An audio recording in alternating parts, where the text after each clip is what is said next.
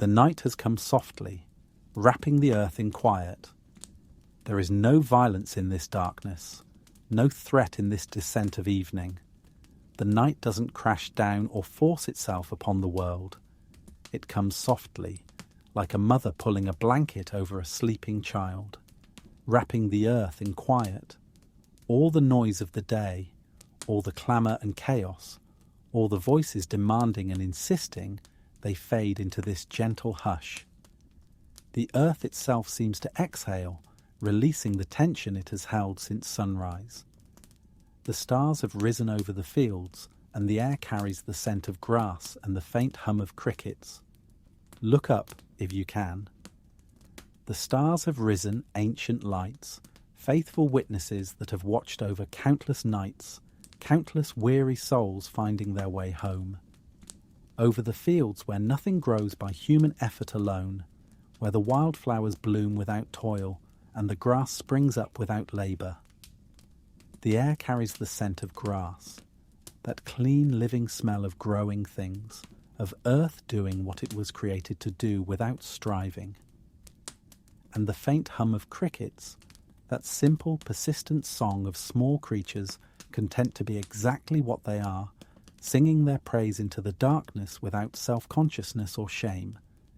You are safe now, not almost safe, not working towards safety, not hoping for safety if circumstances align correctly.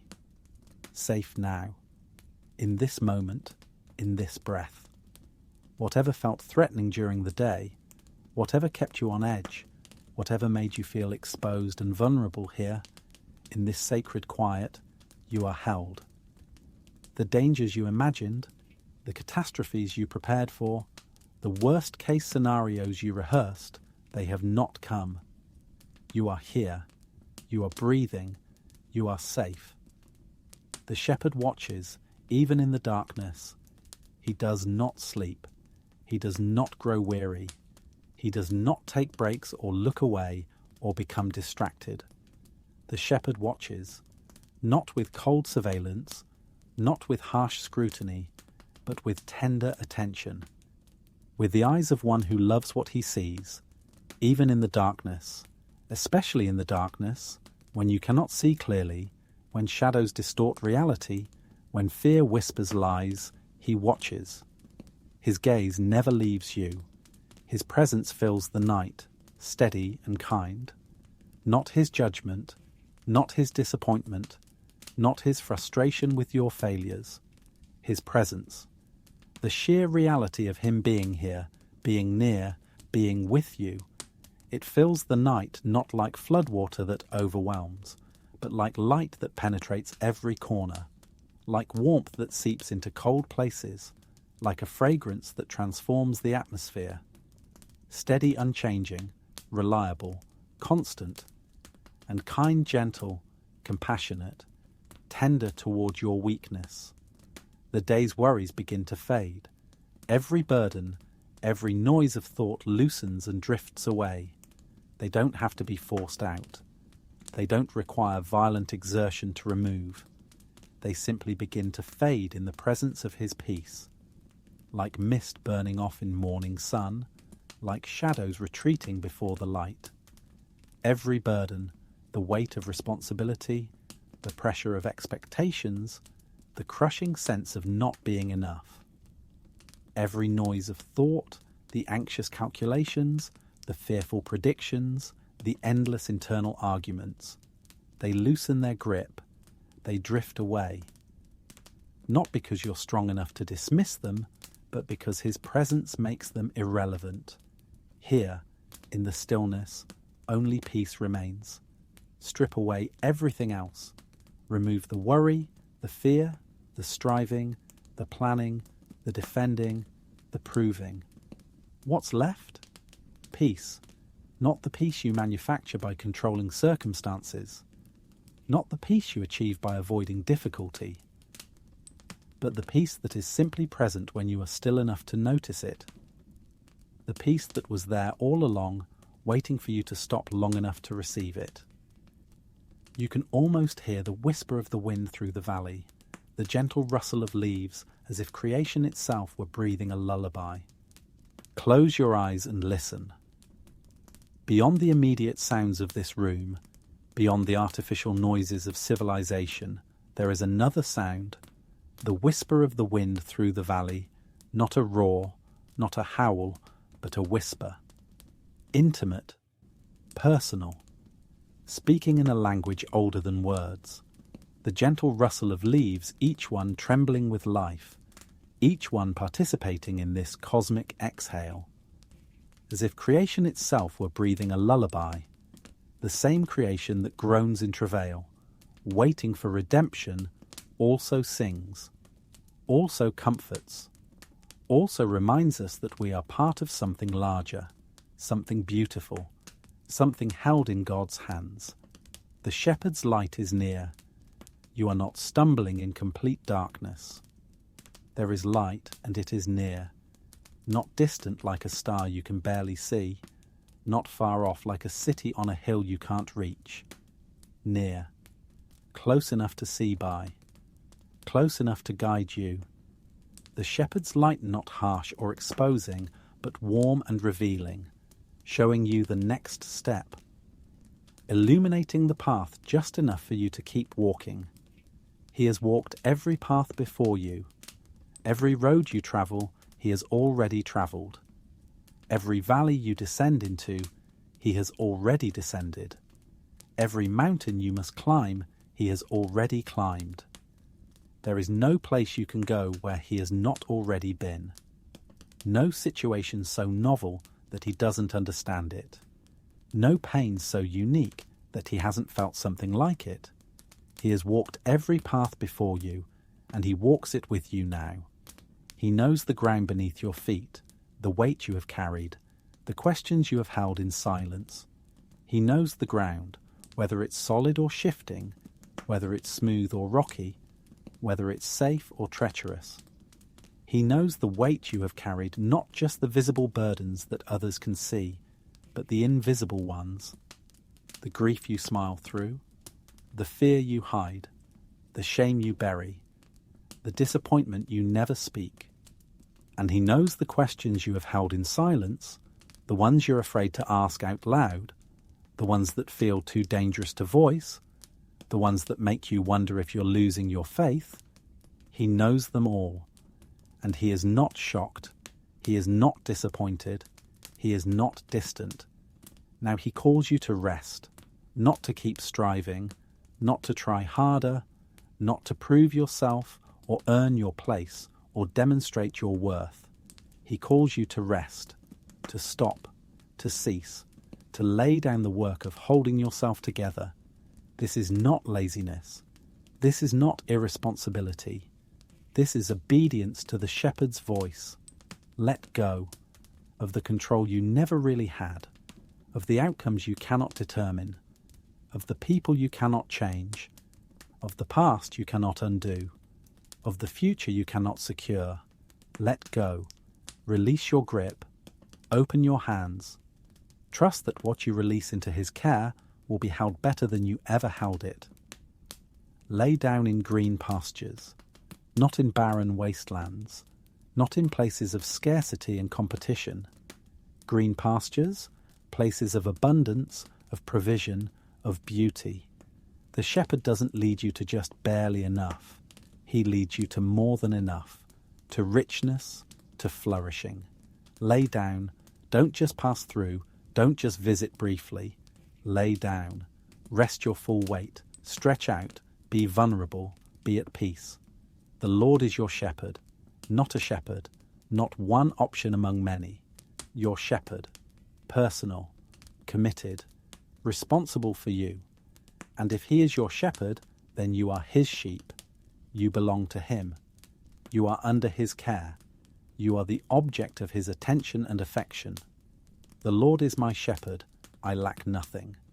My shepherd. The declaration is personal, intimate, possessive in the best sense. Not just a general truth, but a specific reality. He is mine, and I am his. I lack nothing.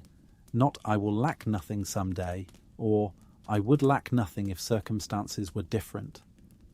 I lack nothing now. This doesn't mean you have everything you want. It means you have everything you need. The shepherd knows what his sheep require, and he provides it. Nothing essential is missing. He makes me lie down in green pastures. He leads me beside quiet waters. He refreshes my soul. He makes me lie down. Sometimes rest is not optional. Sometimes the shepherd has to make you stop because you won't do it on your own. You would keep pushing, keep striving, keep running yourself into the ground. But he loves you too much to let you destroy yourself. He makes you lie down. In green pastures, not in a hospital bed from exhaustion, not in a pit of despair from burnout, but in green pastures, in places of beauty and nourishment. He leads me beside quiet waters, not raging torrents that terrify, not stagnant pools that poison. Quiet waters, gentle, peaceful, refreshing. The kind of water you can drink from safely, the kind you can rest beside without fear.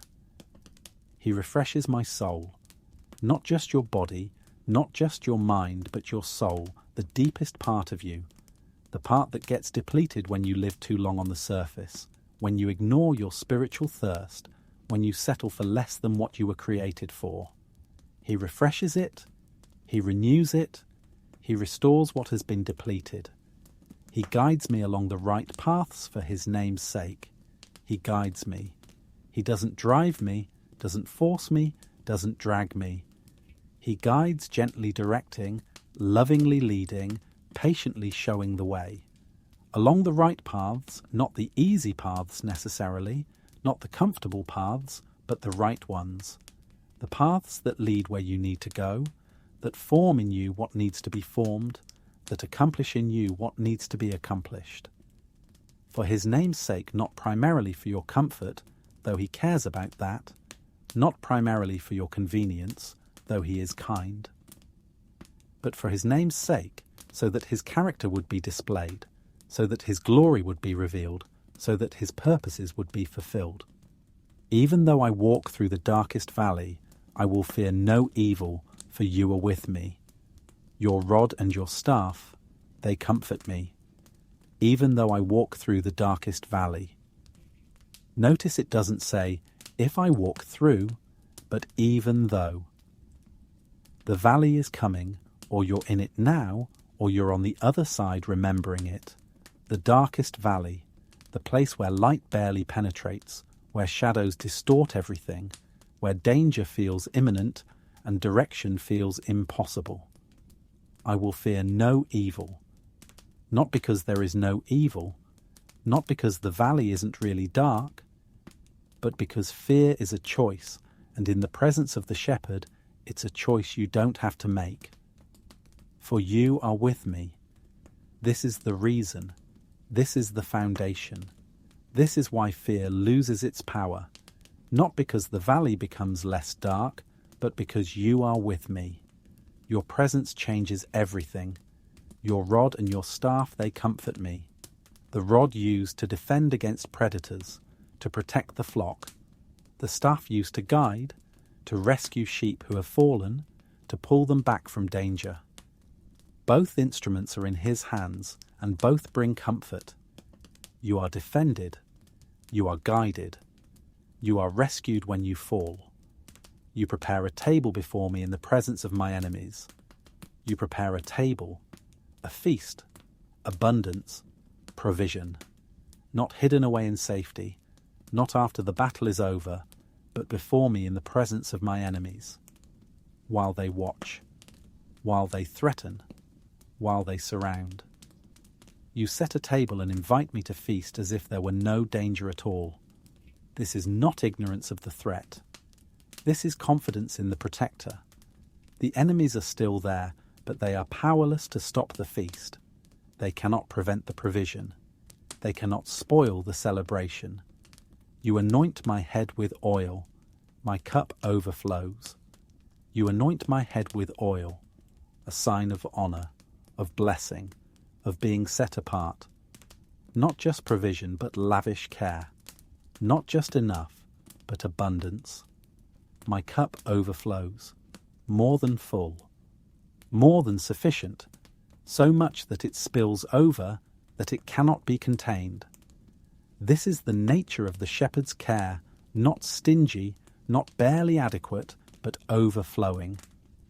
Surely your goodness and love will follow me all the days of my life, and I will dwell in the house of the Lord forever.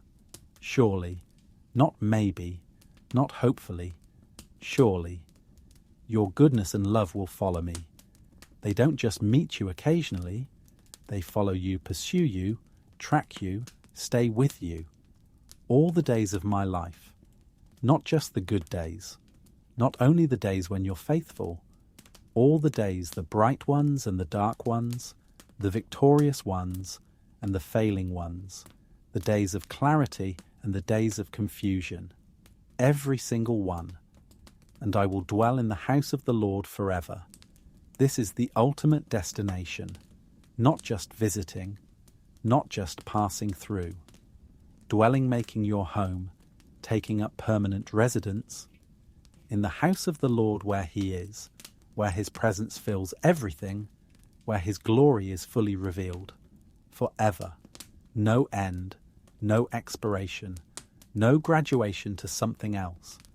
This is home, and you are home forever. The words settle softly, like dew on the grass.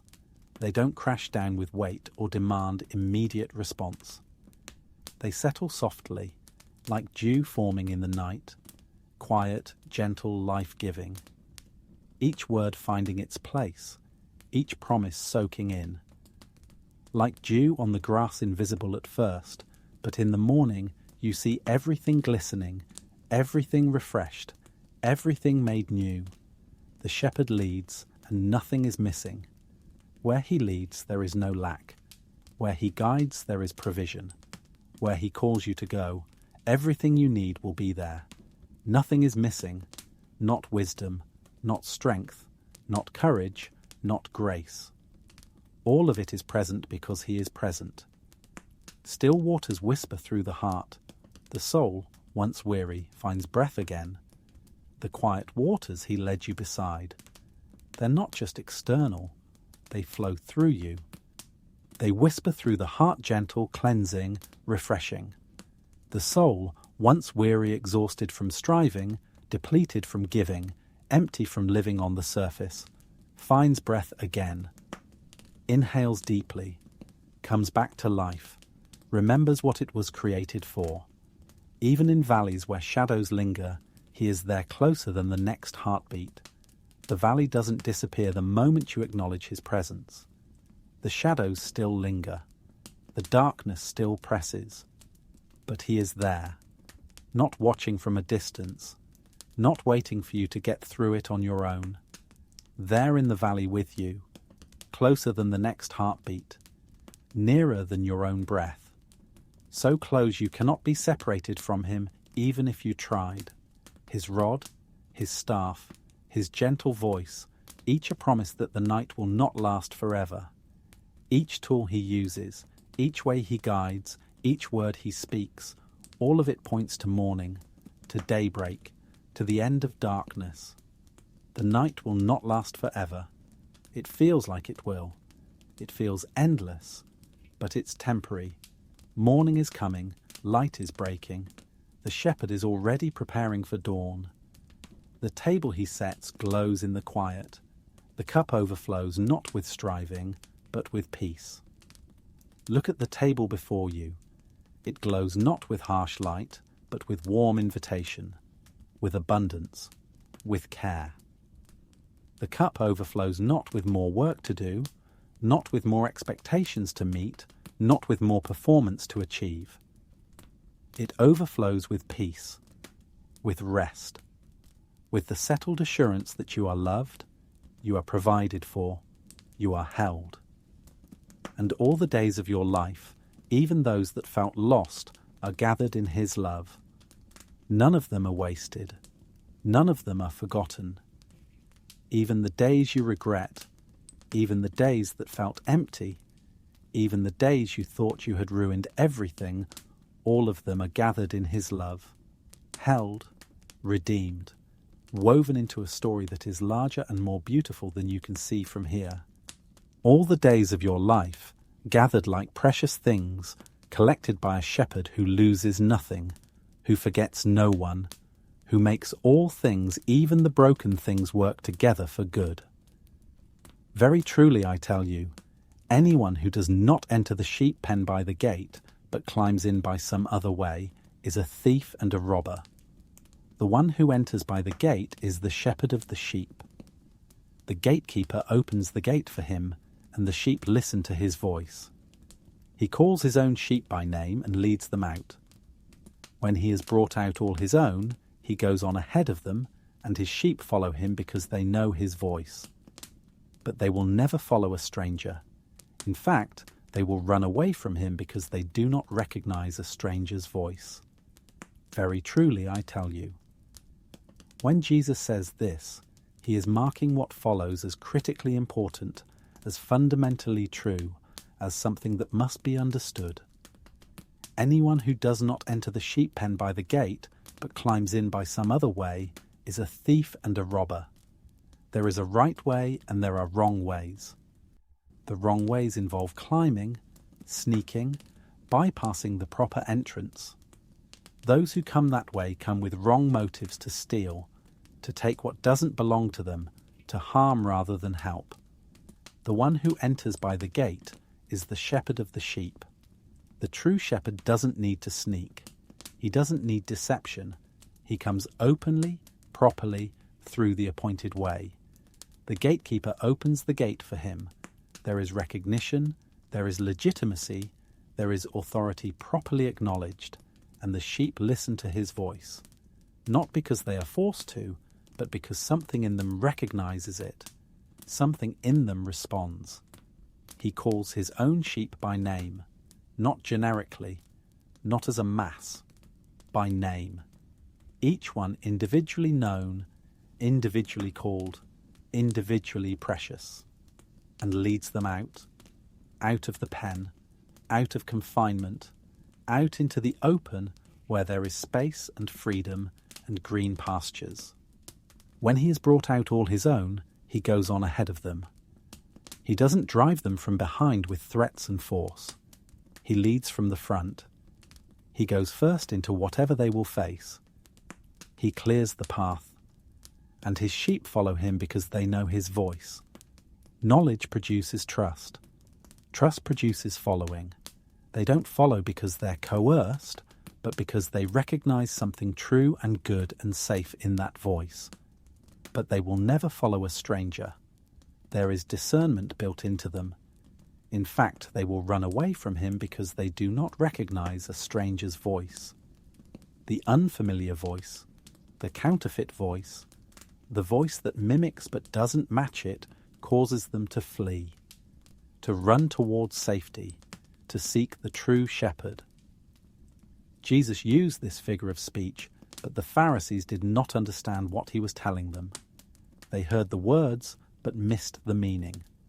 They processed the metaphor, but didn't grasp the reality it pointed to. Sometimes religious knowledge can actually blind us to spiritual truth. Sometimes being an expert on Scripture can prevent us from encountering the God of Scripture. The Pharisees did not understand, not because the teaching was unclear, but because their hearts were not open to receive it. Therefore Jesus said again, "Very truly I tell you, I am the gate for the sheep. All who have come before me are thieves and robbers, but the sheep have not listened to them. I am the gate. Whoever enters through me will be saved. They will come in and go out and find pasture. The thief comes only to steal and kill and destroy. I have come that they may have life and have it to the full." Jesus shifts the metaphor slightly. Now he is not just the shepherd, he is the gate. I am the gate for the sheep, the way in, the way to safety, the way to the shepherd, the way to the pasture. All who have come before me are thieves and robbers.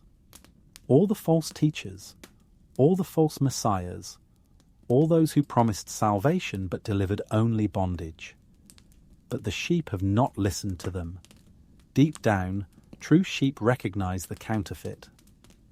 They may be fooled temporarily, but ultimately they don't follow those voices. I am the gate. Whoever enters through me will be saved. There is safety in him, security, salvation, not just from future judgment, but from present danger, from the wolves that prowl, from the confusion that destroys. They will come in and go out, freedom, liberty, not imprisoned but able to move, to rest when rest is needed, to venture out when it's time to explore, and find pasture, nourishment, what sustains life, what promotes flourishing, what satisfies deep hunger. The thief comes only to steal and kill and destroy. That's the agenda of the enemy. Nothing constructive, nothing life-giving, nothing good. Only theft of what you value, killing of what you love, destruction of what you've built. I have come that they may have life, not just existence, not just survival. Life real, vibrant, full, and have it to the full, abundantly, overflowing, more than you imagined possible, not a meagre, barely getting by kind of life, but a rich, deep, satisfying life. I am the Good Shepherd. The Good Shepherd lays down his life for the sheep. The hired hand is not the shepherd and does not own the sheep. So when he sees the wolf coming, he abandons the sheep and runs away. Then the wolf attacks the flock and scatters it. The man runs away because he is a hired hand and cares nothing for the sheep. I am the Good Shepherd. Not just a shepherd, not just an adequate shepherd, but the Good Shepherd, the true one, the perfect one, the one against whom all others are measured. The Good Shepherd lays down his life for the sheep. This is the defining characteristic. This is what separates the true from the false. The willingness to die, the actual dying, giving up life itself for the sake of those under his care. The hired hand is not the shepherd and does not own the sheep. He has no real investment, no true commitment. He's there for the paycheck, for what he can get out of it. So when he sees the wolf coming, he abandons the sheep and runs away. When danger arrives, when the cost becomes real, when sacrifice is required, he flees. Self-preservation kicks in. Then the wolf attacks the flock and scatters it. The sheep are left vulnerable, unprotected, devastated. The man runs away because he is a hired hand and cares nothing for the sheep. He was never truly invested. His care was conditional, temporary, self-interested. I am the Good Shepherd. I know my sheep and my sheep know me, just as the Father knows me, and I know the Father, and I lay down my life for the sheep. The claim is repeated, emphasized, driven home. I am the Good Shepherd. This is not arrogance. This is declaration of reality. I know my sheep. Not just know about them, not just know their names on a list. Know them intimately, deeply, personally, their fears, their wounds, their hopes, their struggles. And my sheep know me. Not just know of me, not just know doctrine about me. Know me, have encountered me, have experienced my presence, have heard my voice in the depths of their being, just as the Father knows me and I know the Father. This is staggering. The quality of knowledge, the depth of intimacy that exists between the Father and the Son, that same quality exists between the shepherd and his sheep. And I lay down my life for the sheep. Again, the defining act, the ultimate proof, the complete demonstration of love, not holding back, not protecting himself, but giving everything. I have other sheep that are not of this sheep pen. I must bring them also. They too will listen to my voice, and there shall be one flock and one shepherd. The vision expands, the love extends. I have other sheep that are not of this sheep pen. Beyond the immediate circle, beyond the obvious followers, beyond the expected ones. Other sheep scattered in other places, wandering in other fields. I must bring them also. Not might, not could, but must. It's a divine necessity, a holy compulsion. They too will listen to my voice. The same voice that calls you is calling them. The same recognition will dawn in their hearts. And there shall be one flock and one shepherd, unity, gathering. The bringing together of all who belong to him, regardless of where they started, regardless of how far they wandered, regardless of which pen they were born in. One flock diverse but united, different but together.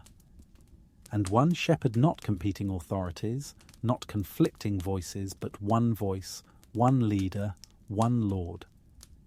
The reason my Father loves me is that I lay down my life only to take it up again. No one takes it from me, but I lay it down of my own accord. I have authority to lay it down and authority to take it up again. This command I received from my Father. The reason my Father loves me is that I lay down my life. Not that the Father's love is earned or conditional, but that the Father delights in the Son's willing obedience, in his perfect sacrifice, in his complete trust, only to take it up again. Death is not the end. The laying down is not permanent defeat. There is resurrection coming. There is life after the sacrifice. There is victory beyond the cross. No one takes it from me. This is crucial. He is not a victim. He is not overpowered.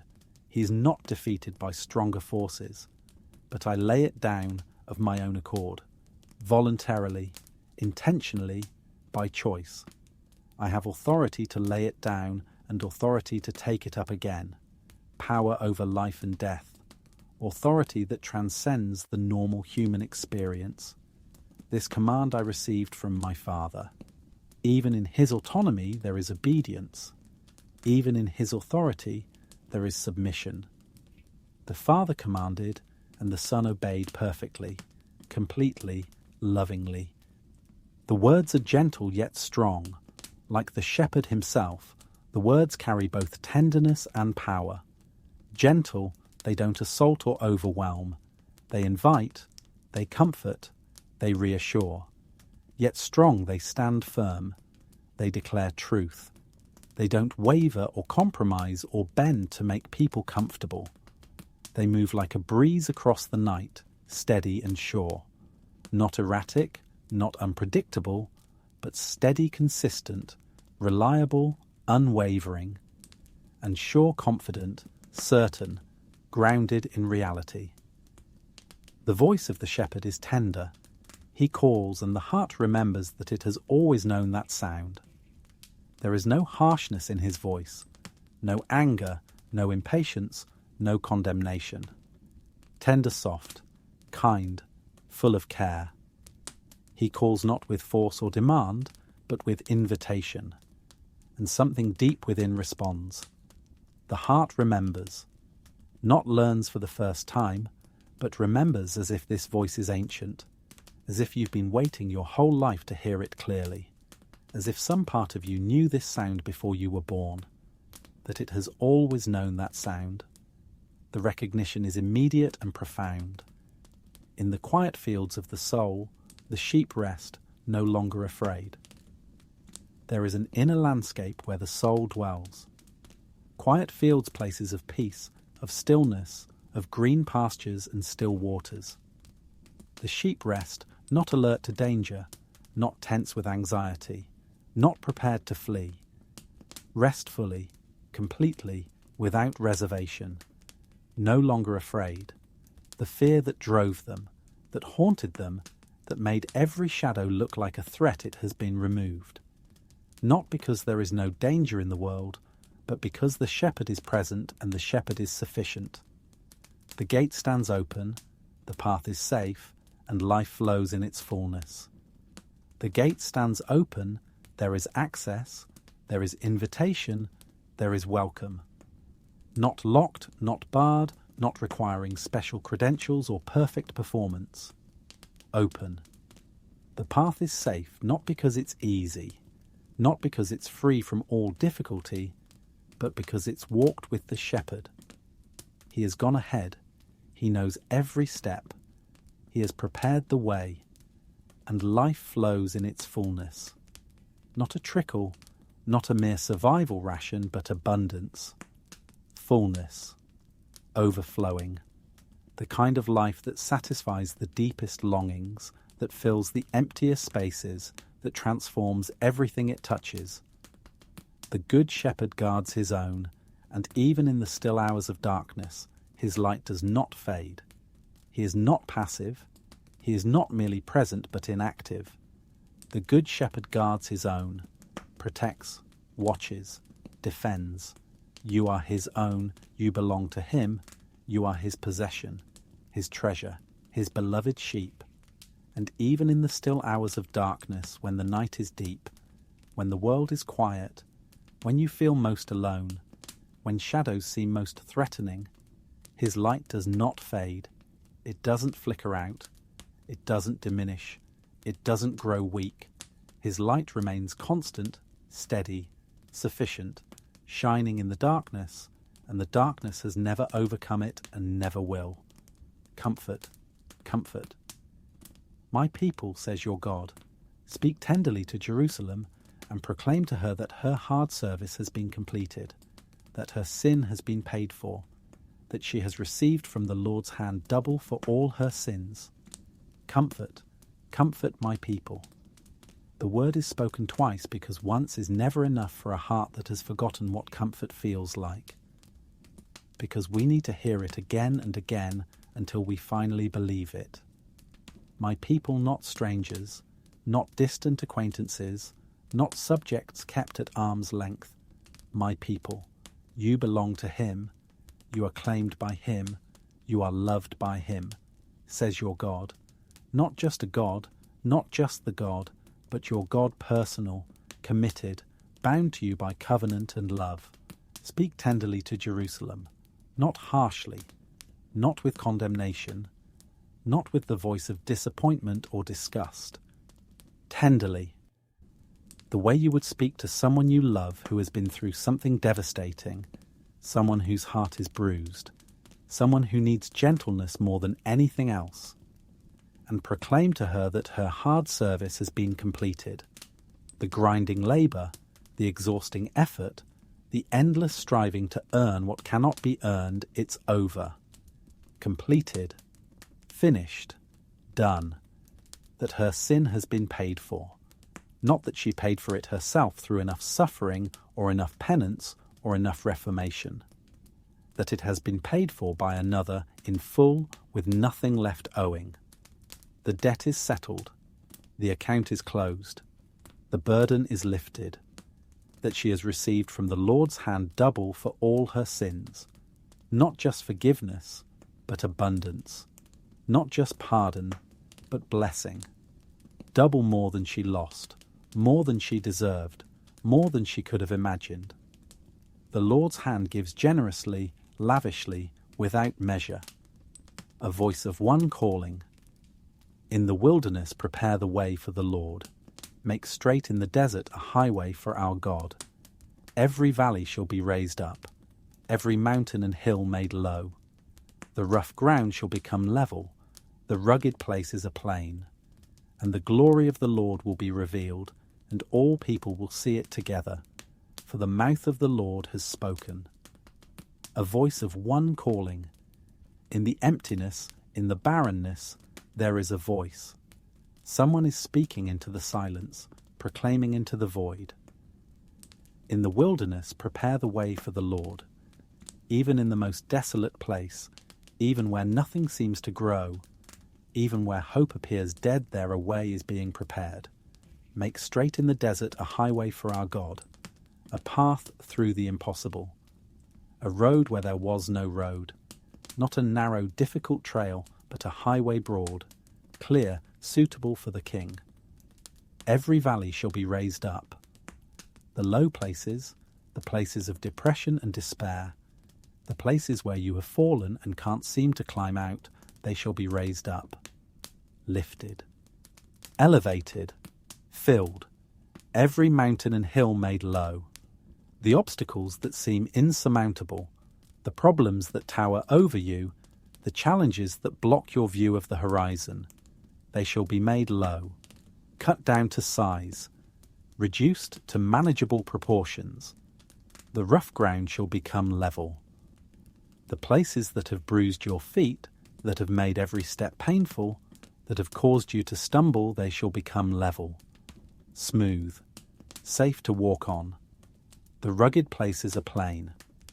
Where the terrain has been treacherous, where the path has been nearly impossible to navigate, it shall become a plain, wide open, easy to traverse, and the glory of the Lord will be revealed. This is the purpose of all the preparation, all the levelling, all the smoothing, not just to make your life easier, though He cares about that, but so that His glory will be revealed, and all people will see it together. Not just you, not just a select few, but all people, every tribe, every tongue, every nation. For the mouth of the Lord has spoken. This is not wishful thinking. This is not human optimism. This is divine decree. What God has spoken will come to pass. A voice says, "Cry out." And I said, "What shall I cry?" All people are like grass, and all their faithfulness is like the flowers of the field. The grass withers and the flowers fall, because the breath of the Lord blows on them. Surely the people are grass. The grass withers and the flowers fall, but the word of our God endures forever. A voice says, "Cry out." There is an urgency, a mandate to speak. And I said, "What shall I cry?" What message is so important that it must be proclaimed? What truth needs to be shouted? All people are like grass. Every person, regardless of power or position, regardless of strength or beauty, regardless of achievement or reputation. Like grass here for a season, green for a moment, then gone. And all their faithfulness is like the flowers of the field. Even the best of human devotion, even the most sincere efforts, even the most beautiful expressions of loyalty, they are like flowers, lovely but temporary, bright but brief. The grass withers and the flowers fall. Not might wither, not could fall, but do wither, do fall. It is inevitable. It is the nature of created things in a fallen world, because the breath of the Lord blows on them. It takes only His breath, just the slightest exhale from God, and all human glory, all human achievement, all human pride crumbles. Surely the people are grass. This is not to demean humanity, but to put it in proper perspective. We are mortal. We are finite. We are temporary. The grass withers and the flowers fall, but the word of our God endures forever. Here is the contrast. Here is the hope. Everything else fades, but His word stands. Everything else passes, but His promises remain. Your feelings may change. Your circumstances may shift. Your strength may fail, but the word of God endures forever. Unchanging, unshakable, utterly reliable. You who bring good news to Zion, go up on a high mountain. You who bring good news to Jerusalem, lift up your voice with a shout. Lift it up, do not be afraid. Say to the towns of Judah, "Here is your God." See, the sovereign Lord comes with power, and He rules with a mighty arm. See, His reward is with Him, and His recompense accompanies Him. He tends His flock like a shepherd. He gathers the lambs in His arms and carries them close to His heart. He gently leads those that have young. You who bring good news to Zion, go up on a high mountain. Get to a place where you can be seen, where you can be heard, where your voice will carry. You who bring good news to Jerusalem, lift up your voice with a shout. Don't whisper this message. Don't mumble it apologetically. Shout it. Proclaim it boldly. Lift it up. Do not be afraid. Fear wants to silence the good news. Fear wants to make you doubt whether it's true, whether it's appropriate, whether it will be received well. But do not be afraid. Say to the towns of Judah, "Here is your God." Not, there is a God somewhere, or God exists in theory. Here is your God, present, near, accessible. See, the sovereign Lord comes with power. He is not weak. He is not helpless. He is not a victim of circumstances. He comes with power, the power that created galaxies, the power that holds atoms together, the power that raised Jesus from the dead. And he rules with a mighty arm. His authority is not symbolic. His rule is not theoretical. He reigns with might, with strength, with absolute sovereignty. See, his reward is with him, and his recompense accompanies him. He comes not empty-handed but bearing gifts, bringing recompense, carrying rewards for those who have waited, who have trusted, who have endured. He tends his flock like a shepherd. But look at how this sovereign, powerful Lord exercises his might not by crushing the weak, but by tending them. Like a shepherd with care, with attention, with personal involvement. He gathers the lambs in his arms, the young ones, the vulnerable ones, the ones who cannot keep up, the ones who are easily frightened. He gathers them. He doesn't leave them behind. He doesn't scold them for being weak. He gathers them in his arms and carries them close to his heart, not at arm's length, not merely in his hands, close to his heart where they can hear it beating, where they are surrounded by warmth, where they are completely secure. He gently leads those that have young, those who are caring for others, those who are exhausted from nurturing, those who are moving slowly because they have responsibilities. He gently leads. He adjusts his pace. He shows patience. He understands. Who has measured the waters in the hollow of his hand, or with the breadth of his hand marked off the heavens? Who has held the dust of the earth in a basket, or weighed the mountains on the scales and the hills in a balance? Who can fathom the Spirit of the Lord, or instruct the Lord as his counselor? Whom did the Lord consult to enlighten him, and who taught him the right way? Who was it that taught him knowledge, or showed him the path of understanding? Who has measured the waters in the hollow of his hand? Picture it. All the oceans, all the seas, all the rivers and lakes, held in the palm of his hand like a handful of water. Or with the breadth of his hand marked off the heavens, the span from his thumb to his little finger measuring the universe.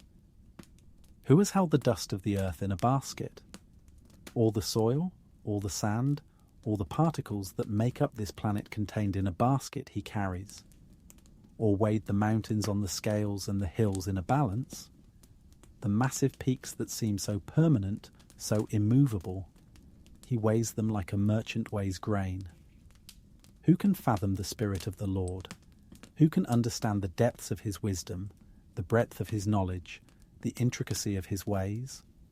Or instruct the Lord as his counselor? Who could possibly teach him anything? Who has information he doesn't have? Whom did the Lord consult to enlighten him? When he created the universe, did he need advice? Did he need someone to point out what he was missing? And who taught him the right way? Who showed him how things should be done? Who was it that taught him knowledge or showed him the path of understanding? The questions pile up, each one more rhetorical than the last, each one driving home the same point. No one. No one measures up to him. No one compares. No one can instruct him or counsel him or teach him. He is utterly beyond human comprehension, yet intimate enough to carry lambs close to his heart. Surely the nations are like a drop in a bucket. They are regarded as dust on the scales. He weighs the islands as though they were fine dust. Lebanon is not sufficient for altar fires, nor its animals enough for burnt offerings. Before him all the nations are as nothing. They are regarded by him as worthless and less than nothing. Surely the nations are like a drop in a bucket. All the powers that intimidate you, all the governments that seem so massive and permanent, all the empires that appear invincible before God, they are like a single drop of water in a bucket, barely noticeable, insignificant. They are regarded as dust on the scales, so light they don't even register, so small they don't affect the measurement. He weighs the islands as though they were fine dust, the land masses that seem so solid, so substantial. He weighs them like particles too small to see with the naked eye. Lebanon is not sufficient for altar fires. Even the great cedars of Lebanon, famous for their size and strength, would not be enough wood to build a fire worthy of his worship. Nor its animals enough for burnt offerings. Every animal in that rich land would not be sufficient sacrifice to match his worth. Before him all the nations are as nothing, not just small, not just insignificant, but as nothing. They are regarded by him as worthless and less than nothing. Not because he despises his creation, but because the gap between his glory and human glory is infinite, unbridgeable, beyond all comparison. With whom then will you compare God? To what image will you liken him? As for an idol, a metalworker casts it, and a goldsmith overlays it with gold and fashions silver chains for it. A person too poor to present such an offering selects wood that will not rot. They look for a skilled worker to set up an idol that will not topple. With whom then will you compare God? What comparison could possibly work? What analogy could capture even a fraction of who he is? To what image will you liken him? What picture could contain him? What representation could do him justice? As for an idol, a metal worker casts it, human hands forming human ideas of deity, and a goldsmith overlays it with gold and fashions silver chains for it, making it beautiful, making it impressive, trying to create something worth worshipping. A person too poor to present such an offering selects wood that will not rot. Even in poverty, the impulse remains to create something to worship, to fashion something to control, to make a God small enough to understand. They look for a skilled worker to set up an idol that will not topple. The irony is thick. So much effort to create something stable, something that won't fall over, something that appears permanent, but it's still just wood, still just metal, still just human creation trying to replace divine reality. Do you not know? Have you not heard? Has it not been told you from the beginning? Have you not understood since the earth was founded? He sits enthroned above the circle of the earth, and its people are like grasshoppers. He stretches out the heavens like a canopy, and spreads them out like a tent to live in. He brings princes to naught, and reduces the rulers of this world to nothing. Do you not know? Have you not heard? The questions come rapid fire, each one pressing the point. Has it not been told you from the beginning? This is not new information. This is not recent revelation. This has been known since the beginning. Have you not understood since the earth was founded? From the very moment of creation, this truth has been evident. He sits enthroned above the circle of the earth, not pacing anxiously, not wringing his hands, not scrambling to respond to events, sitting, enthroned, sovereign, at rest because everything is under his control, and its people are like grasshoppers. From his vantage point, even the most powerful humans are tiny, insignificant, briefly alive, and then gone. He stretches out the heavens like a canopy. With the same ease that you might spread a blanket, he stretches out the cosmos, and spreads them out like a tent to live in. The universe itself is his dwelling place, his shelter, his tent casually erected. He brings princes to naught. Those who seem so powerful, so permanent, so untouchable, he brings them to nothing, and reduces the rulers of this world to nothing. Their authority, their power, their influence, all of it means nothing before him. No sooner are they planted, no sooner are they sown, no sooner do they take root in the ground than he blows on them and they wither, and a whirlwind sweeps them away like chaff. No sooner are they planted, just when they seem to be establishing themselves, just when they appear to be taking hold. No sooner are they sown, just when the seeds of their power begin to germinate. No sooner do they take root in the ground, just when they seem secure, settled, permanent. Then he blows on them and they wither. One breath from God and all their strength is gone, and a whirlwind sweeps them away like chaff. The worthless parts of the grain, the parts with no substance, blown away by the wind. That's what human power looks like before divine sovereignty. To whom will you compare me, or who is my equal? Says the Holy One. Lift up your eyes and look to the heavens. Who created all these? He who brings out the starry host one by one and calls forth each of them by name. Because of his great power and mighty strength, not one of them is missing. To whom will you compare me? Now God himself asks the question, or who is my equal? Who stands on the same level? Who matches my power, my wisdom, my glory, says the Holy One, the one who is set apart, who is utterly other, who is pure and perfect and completely unique. Lift up your eyes and look to the heavens. Stop looking down at your problems. Stop staring at your circumstances. Look up. Who created all these? Every star, every galaxy, every celestial body who made them. He who brings out the starry host one by one. Like a shepherd leading out sheep, he brings out the stars.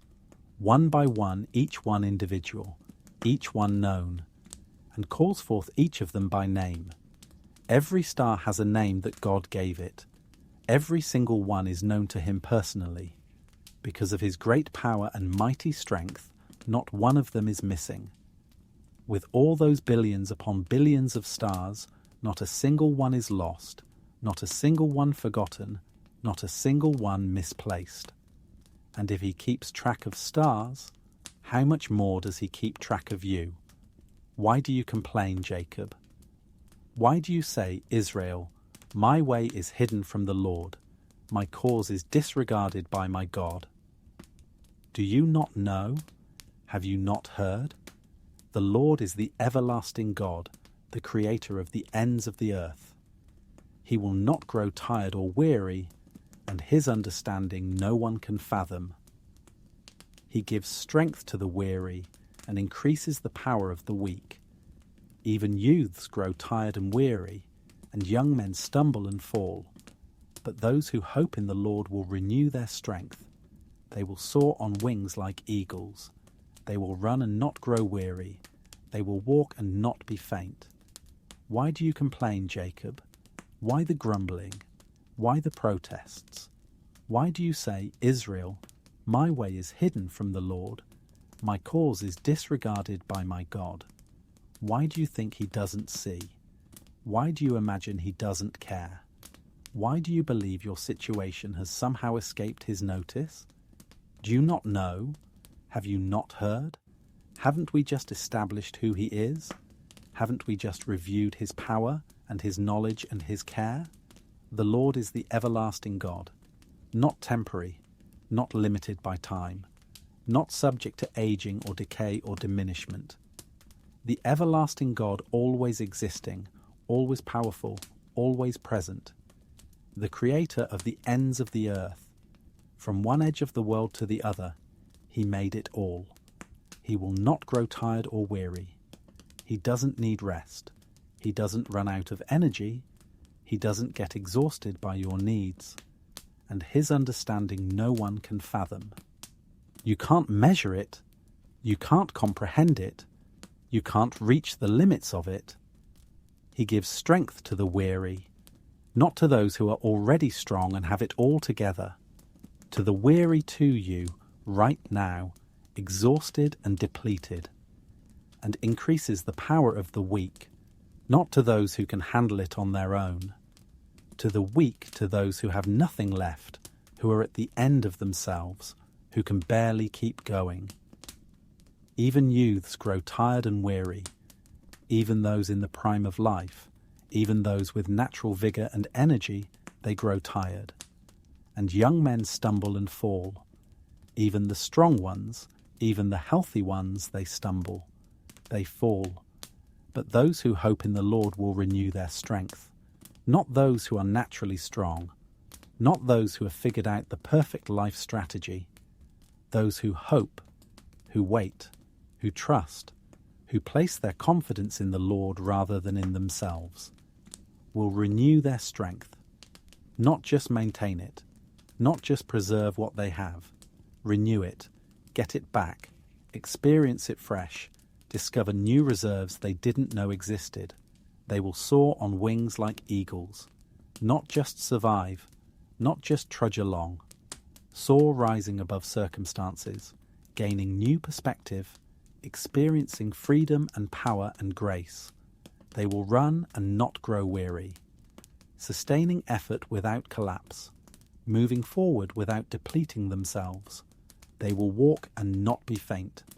Even in the ordinary moments, even in the daily grind, even when there's no soaring or running, just the steady, faithful plod of putting one foot in front of the other, they will not faint. They will keep going. They will endure. The fields are silent beneath the stars. All the noise of day has ceased. All the activity has stilled. The fields are silent. That deep, profound quiet that only comes in the country at night, when creation itself seems to pause and take a breath. Beneath the stars, under the same stars that God calls by name, under the watchful gaze of lights that have shone for millennia, under the canopy of a universe held in his hand. The shepherd's arms are open, his strength unchanging, not crossed, not withdrawn, not pushing you away, open welcoming, inviting, ready to receive you. His strength unchanging, the same yesterday, today, and forever. Not depleted by the demands of others, not diminished by your needs, not exhausted by your failures. Unchanging, absolutely reliable, completely steady, forever sufficient. He gathers his lambs and carries them close to his heart. Right now, in this moment, he gathers. He reaches out and draws in. His lambs young, vulnerable, beloved, and carries them, not makes them walk, not demands they keep up, but carries them. Close to his heart, the place of greatest intimacy, greatest security, greatest love, where his heartbeat becomes the rhythm that soothes them, where his warmth becomes the comfort that sustains them. The weary rest, and the restless find their peace. Those who have been exhausted by the journey, they rest, not because they've earned it, but because he gives it. And the restless, those whose minds won't stop, whose hearts won't settle, whose souls won't be still, they find their peace.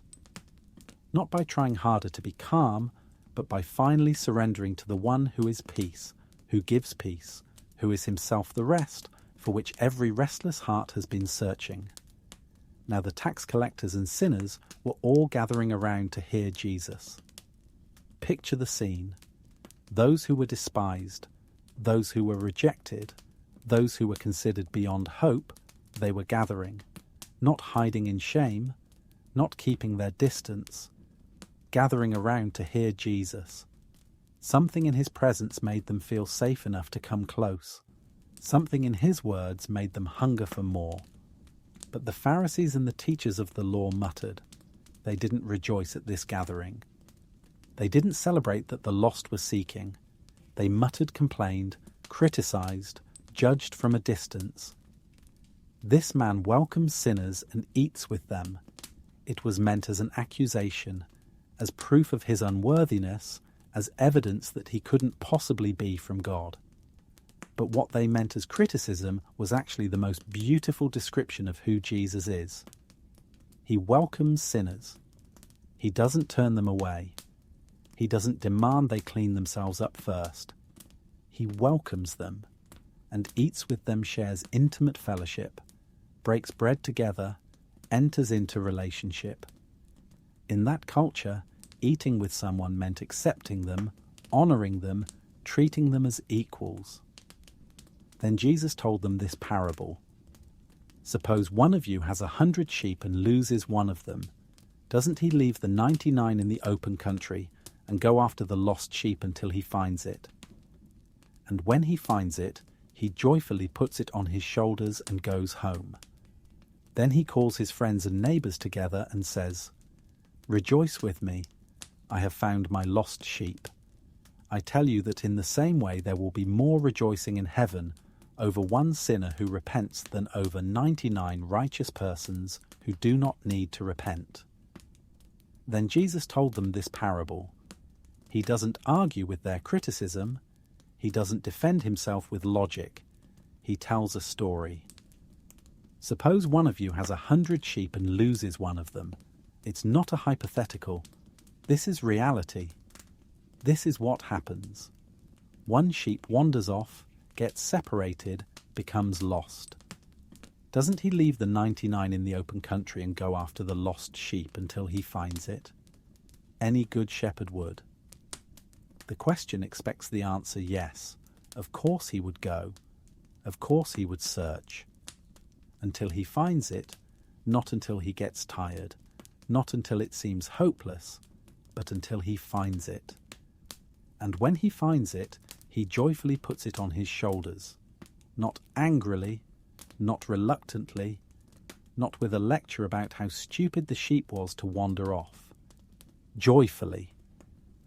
The joy of finding outweighs the frustration of the search. He puts it on his shoulders, carries it, because it's probably exhausted, probably injured, probably unable to make the journey home on its own, and goes home. Mission accomplished. The lost is found. Then he calls his friends and neighbors together and says, "Rejoice with me, I have found my lost sheep." The joy is so great it must be shared. The relief is so profound it must be celebrated. I tell you that in the same way there will be more rejoicing in heaven over one sinner who repents than over 99 righteous persons who do not need to repent. More rejoicing. Not equal rejoicing, not the same rejoicing, more rejoicing. Heaven erupts in celebration when one lost person comes home. The angels throw a party. God himself rejoices. Or suppose a woman has 10 silver coins and loses one. Doesn't she light a lamp, sweep the house and search carefully until she finds it? And when she finds it, she calls her friends and neighbors together and says, "Rejoice with me, I have found my lost coin." In the same way, I tell you, there is rejoicing in the presence of the angels of God over one sinner who repents. Or suppose a woman has 10 silver coins and loses one. A different scenario, the same principle. The coins might have been her dowry, her life savings, everything she had. She loses one not because she was careless, not because she didn't value it, but because things get lost. Doesn't she light a lamp, sweep the house, and search carefully until she finds it? Of course she does. She lights a lamp, brings in more light to see better. She sweeps the house, moves everything, disturbs the dust, creates chaos in pursuit of what was lost, and searches carefully, thoroughly, meticulously, refusing to give up. And when she finds it, she calls her friends and neighbors together and says, "Rejoice with me, I have found my lost coin." Again, the joy must be shared. The discovery demands celebration. Something precious was lost, and now it's found. In the same way, I tell you, there is rejoicing in the presence of the angels of God over one sinner who repents. Every time, without exception. When you turn back to God, when you come home, when you repent, the angels rejoice. Heaven celebrates you. Jesus continued, "There was a man who had 2 sons. The younger one said to his father, 'Father, give me my share of the estate.' So he divided his property between them." Jesus continued, "He's not done yet. He has one more story, and this one cuts deeper, reveals more, costs more to hear. There was a man who had 2 sons. a father with 2 boys, both loved, both valued, both part of the family. The younger one said to his father, "Father, give me my share of the estate." This is shocking. In that culture, this was essentially saying, "I wish you were dead. I want what's coming to me, and I don't want to wait for you to die." The disrespect is staggering. The rejection is complete. So he divided his property between them. The father doesn't argue. He doesn't refuse. He doesn't lecture or condemn or try to manipulate the son into staying. He divides the property. He lets him go. Love that is forced is not love at all. Freedom is essential, even when freedom means the freedom to make devastating choices. Not long after that, the younger son got together all he had, set off for a distant country, and there squandered his wealth in wild living. After he had spent everything, there was a severe famine in that whole country, and he began to be in need. So he went and hired himself out to a citizen of that country, who sent him to his fields to feed pigs. He longed to fill his stomach with the pods that the pigs were eating, but no one gave him anything. Not long after that, the younger son got together all he had. He liquidated everything, converted it all to cash, prepared for his escape. Set off for a distant country as far from home as he could get, as far from his father's influence as possible. And there squandered his wealth in wild living, wasted it, threw it away on temporary pleasures, on false friends, on empty pursuits. After he had spent everything, not just most of it, everything, nothing left, no safety net, no backup plan. There was a severe famine in that whole country, bad timing, bad luck, or perhaps the natural consequence of a life built on nothing solid. And he began to be in need. Desperation set in. Hunger became his constant companion. So he went and hired himself out to a citizen of that country, who sent him to his fields to feed pigs. For a Jewish young man, this was rock bottom. Pigs were unclean animals. Being around them made you ceremonially unclean. Feeding them was the lowest possible job. He longed to fill his stomach with the pods that the pigs were eating. He was so hungry he wanted pig food. He looked at what the animals were eating and felt envy. But no one gave him anything. No one cared. No one reached out. No one offered help. He was alone, starving, desperate, and utterly forgotten by everyone he thought were his friends. When he came to his senses, he said, "How many of my father's hired servants have food to spare, and here I am starving to death. I will set out and go back to my father and say to him, 'Father, I have sinned against heaven and against you. I am no longer worthy to be called your son. Make me like one of your hired servants.'" So he got up and went to his father. When he came to his senses, there was a moment of clarity, a break in the fog of desperation and shame, a sudden realization. He said, "How many of my father's hired servants have food to spare, and here I am starving to death? Even the servants at home, the lowest members of his father's household, have more than enough. And here he is, the son, starving." The contrast is stark. The irony is bitter. I will set out and go back to my father. Decision made, direction chosen. He will return and say to him, "Father, I have sinned against heaven and against you." He prepares his speech. He acknowledges his sin, not just the practical failure, not just the wasted money, but the deep offense against heaven and against his father. "I am no longer worthy to be called your son." He knows what he deserves. He has no illusions about his standing. "Make me like one of your hired servants." He's not asking to be restored. He's asking for mercy, for a job, for a chance to earn his bread. So he got up and went to his father. The decision became action. The intention became movement.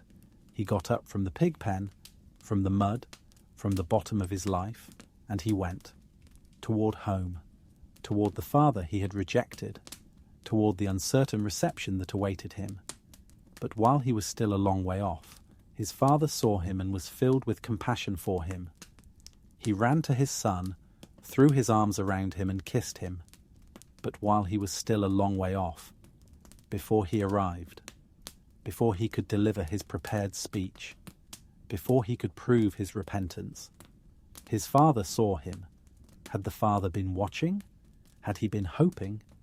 Had he been waiting day after day, scanning the horizon, looking for any sign of his son's return, and was filled with compassion for him?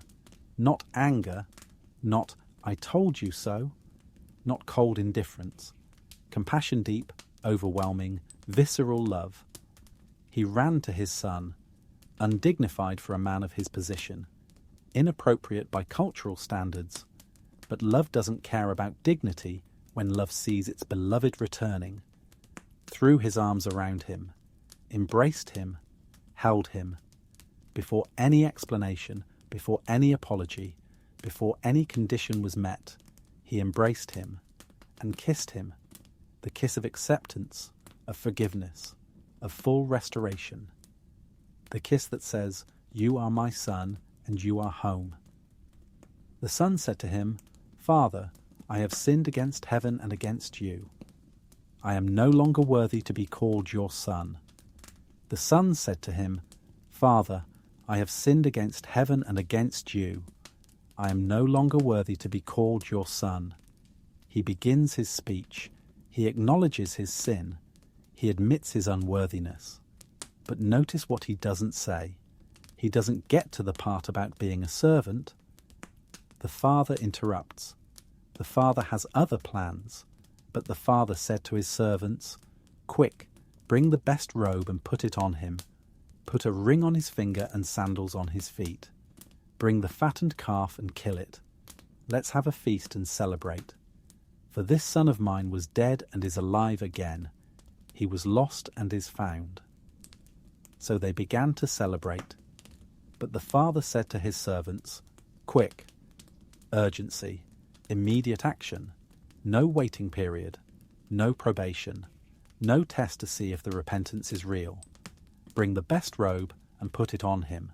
Not just any robe, the best one, the robe of honor, the robe reserved for special occasions, for honored guests. Put a ring on his finger, the family signet ring, the sign of authority, the symbol of belonging, and sandals on his feet. Servants went barefoot. Sons wore shoes. This is restoration to full sonship. Bring the fattened calf and kill it. The calf they'd been saving for a major celebration, the best they had. Let's have a feast and celebrate. Not a quiet welcome, not a subdued acknowledgement. A feast, a party, music and dancing and joy. For this son of mine was dead and is alive again. Not this wayward boy or this foolish child, but this son of mine, still mine, always mine. He was dead as good as dead, lost to me, gone from my life, and is alive again, returned, restored, present. He was lost and is found. The same words used for the sheep, for the coin. So they began to celebrate. Heaven's party started on earth. Meanwhile, the older son was in the field. When he came near the house, he heard music and dancing. So he called one of the servants and asked him what was going on. "Your brother has come," he replied, "and your father has killed the fattened calf because he has him back safe and sound." Meanwhile, the older son was in the field, working, doing what he was supposed to do, being responsible, fulfilling his duties. When he came near the house, he heard music and dancing. Something is happening, something unexpected. So he called one of the servants and asked him what was going on. "What's the celebration about?" "Your brother has come." "Not the younger son, but your brother." "Family." He replied, "And your father has killed the fattened calf because he has him back safe and sound. The father has thrown a party. The prodigal is home." The older brother became angry and refused to go in, So his father went out and pleaded with him. But he answered his father, "Look, all these years I've been slaving for you and never disobeyed your orders. Yet you never gave me even a young goat so I could celebrate with my friends. But when this son of yours who has squandered your property with prostitutes comes home, you kill the fattened calf for him." The older brother became angry, not happy, not relieved that his brother is safe, angry, bitter, resentful, and refused to go in. He wouldn't join the celebration. He stood outside, arms crossed, heart hard. So his father went out and pleaded with him. The father leaves his own party to go find the older son, just as he went out to meet the younger son. He pleads, begs, invites, tries to bring him into the joy. But he answered his father, "Look, all these years I've been slaving for you and never disobeyed your orders." Listen to his words, slaving. That's how he sees his relationship with his father, not as a beloved son, but as a slave. Never disobeyed your orders. His obedience was dutiful, not joyful. Externally compliant, but internally resistant. Yet you never gave me even a young goat so I could celebrate with my friends. He feels cheated, overlooked, unappreciated. But when this son of yours, not my brother, but this son of yours, distancing himself, rejecting the relationship, who has squandered your property with prostitutes comes home, adding details that weren't in the story, assuming the worst, nursing his bitterness. You kill the fattened calf for him, the injustice of it all, the unfairness. The older brother reveals that he never understood his father's heart. "My son," the father said, "you are always with me, and everything I have is yours. But we had to celebrate and be glad, because this brother of yours was dead and is alive again. He was lost and is found." My son, the father still calls him that, still claims him, still loves him. You are always with me. You have never been far off. You have always had access. You have always been in my presence, and everything I have is yours. You don't have to earn it. You don't have to compete for it. It's already yours. All of it. But we had to celebrate and be glad. There was no choice in this. Joy was the only appropriate response, because this brother of yours, not my son, but your brother, reminding him of the relationship he's denying, was dead and is alive again. He was lost and is found. The same words again, the same reason for celebration. But the story ends there. We don't know if the older brother went in. We don't know if he softened. The story is left open because the Pharisees, the original audience, get to choose how it ends. They get to decide if they'll join the celebration or stay outside in bitterness. And the story rests quietly in the air, like the end of a song. The words have been spoken. The truth has been revealed. The invitation has been extended. Now it simply rests there, not demanding, not forcing, but available. Like the end of a song that continues to resonate even after the last note has been played. The melody lingers. The meaning settles. The heart continues to respond long after the words have stopped. The shepherd has found what was lost. This is the theme that runs through all three stories. The sheep, the coin, the son, all lost, all found, all cause for celebration. And you, if you have ever felt lost, if you have ever wandered, if you have ever squandered what was precious, you are found. The shepherd has found you. The search is over. You are not lost anymore. The night is safe again, filled with the sound of joy unseen. Whatever darkness surrounded you, whatever danger threatened, whatever fear haunted the shadows, the night is safe now, not because the darkness has disappeared, but because the shepherd is present and the lost have been found, filled with the sound of joy unseen. You may not hear it with your physical ears, but it's there. Heaven is celebrating. Angels are rejoicing. The Father is throwing a party, and the music of that joy fills the night, transforms the darkness, makes everything, even the quiet, even the stillness, even the unknown safe. The word of the Lord came to me, not human opinion, not personal preference, not cultural convention. The word of the Lord authoritative, true, revealing reality as it actually is. Son of man, prophesy against the shepherds of Israel. A hard word is coming, a word of judgment, a word that exposes what has been hidden. Prophesy and say to them, this is what the sovereign Lord says. Woe to you, shepherds of Israel, who only take care of yourselves. Woe, not a mild disapproval, but a pronouncement of coming judgment, a declaration of deep wrong. To you, shepherds of Israel, those who were supposed to care for God's people, those who were entrusted with sacred responsibility, who only take care of yourselves. The indictment is clear. They were supposed to care for others, but they only cared for themselves. Should not shepherds take care of the flock? The question is rhetorical. Of course they should. That's the entire purpose of a shepherd. That's the whole point of the calling. You eat the curds, clothe yourselves with the wool, and slaughter the choice animals. They took everything the flock produced. They consumed what was meant to nourish others. They wore what was meant to warm others. They feasted while others starved. But you do not take care of the flock. The contrast is stark.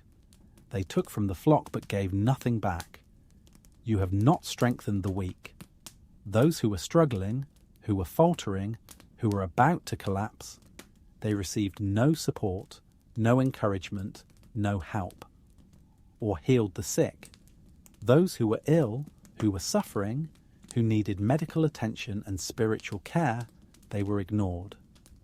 Or bound up the injured.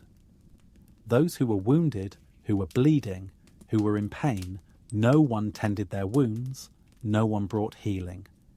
You have not brought back the strays.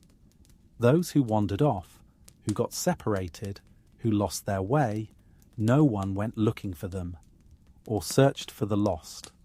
Those who disappeared, who were in danger, who needed to be found, no one cared enough to search. You have ruled them harshly and brutally.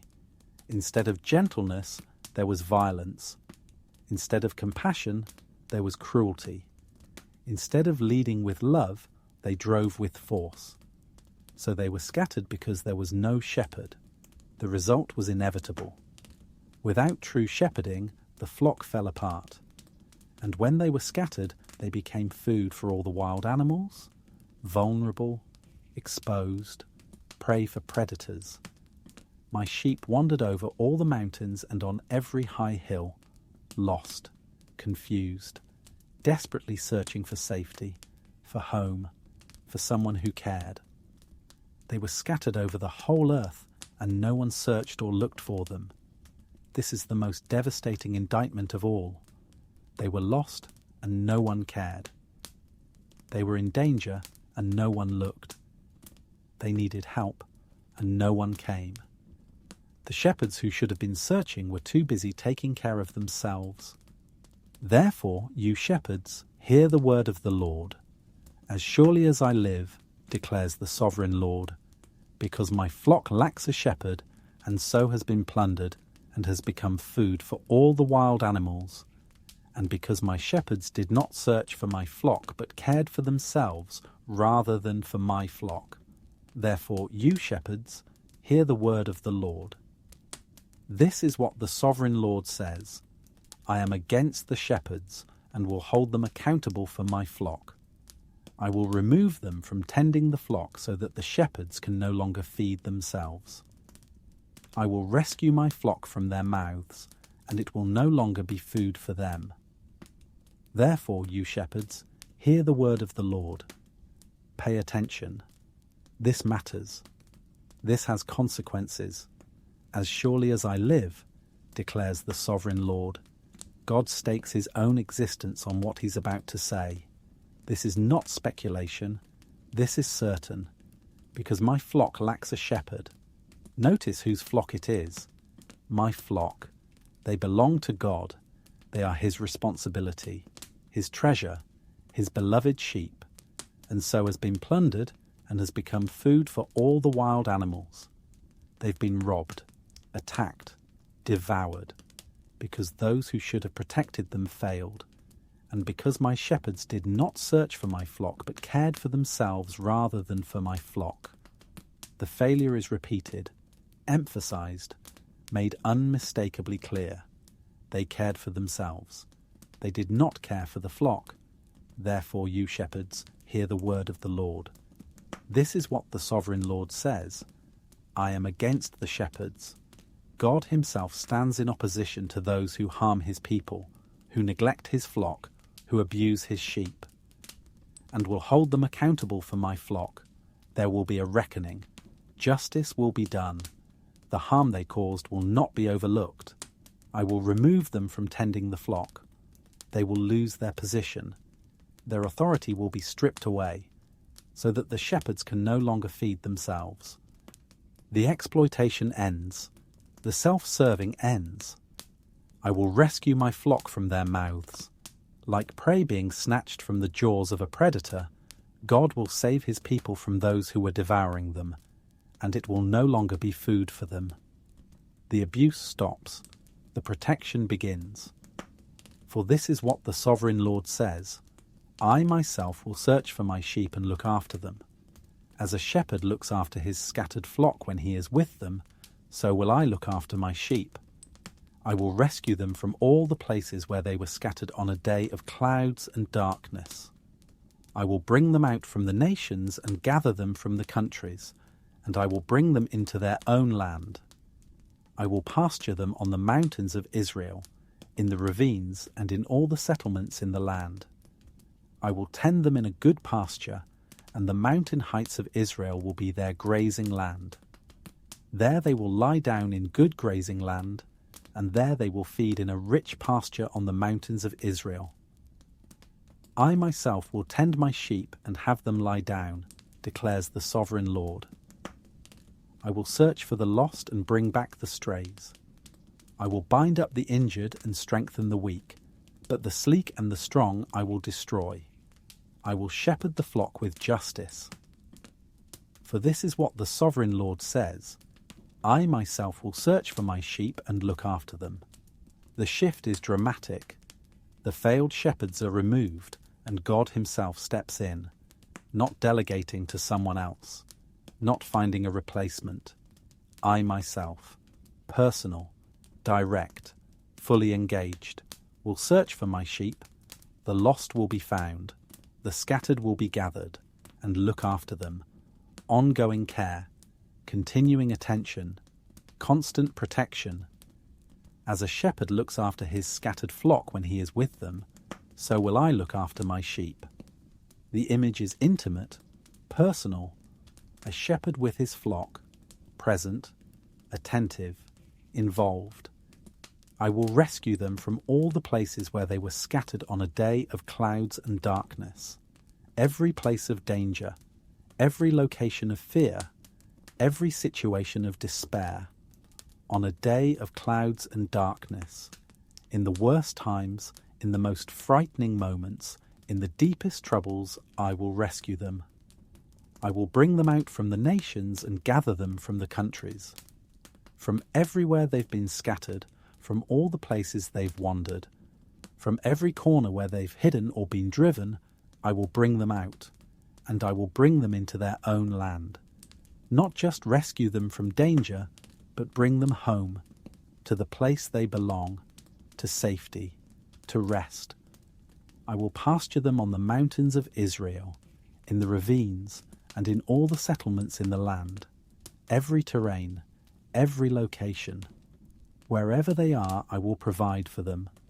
I will tend them in a good pasture, not barely adequate, not just sufficient. Good pasture rich, nourishing, abundant, and the mountain heights of Israel will be their grazing land, places of beauty, places of plenty, places where they can thrive. There they will lie down in good grazing land, rest, peace, security, and there they will feed in a rich pasture on the mountains of Israel, abundance, satisfaction, flourishing. I myself will tend my sheep and have them lie down, declares the sovereign Lord. Again, the emphasis, I myself. God personally caring for his people, making them lie down, providing rest, ensuring they don't exhaust themselves, giving them permission to stop. I will search for the lost, those who are missing, who have wandered too far, who can't find their way back. I will search until I find them, and bring back the strays, those who have drifted, who have gotten separated, who are in danger. I will bring them back. I will bind up the injured, those who are wounded, who are bleeding, who are in pain. I will bring healing. I will tend their wounds with gentle hands and strengthen the weak.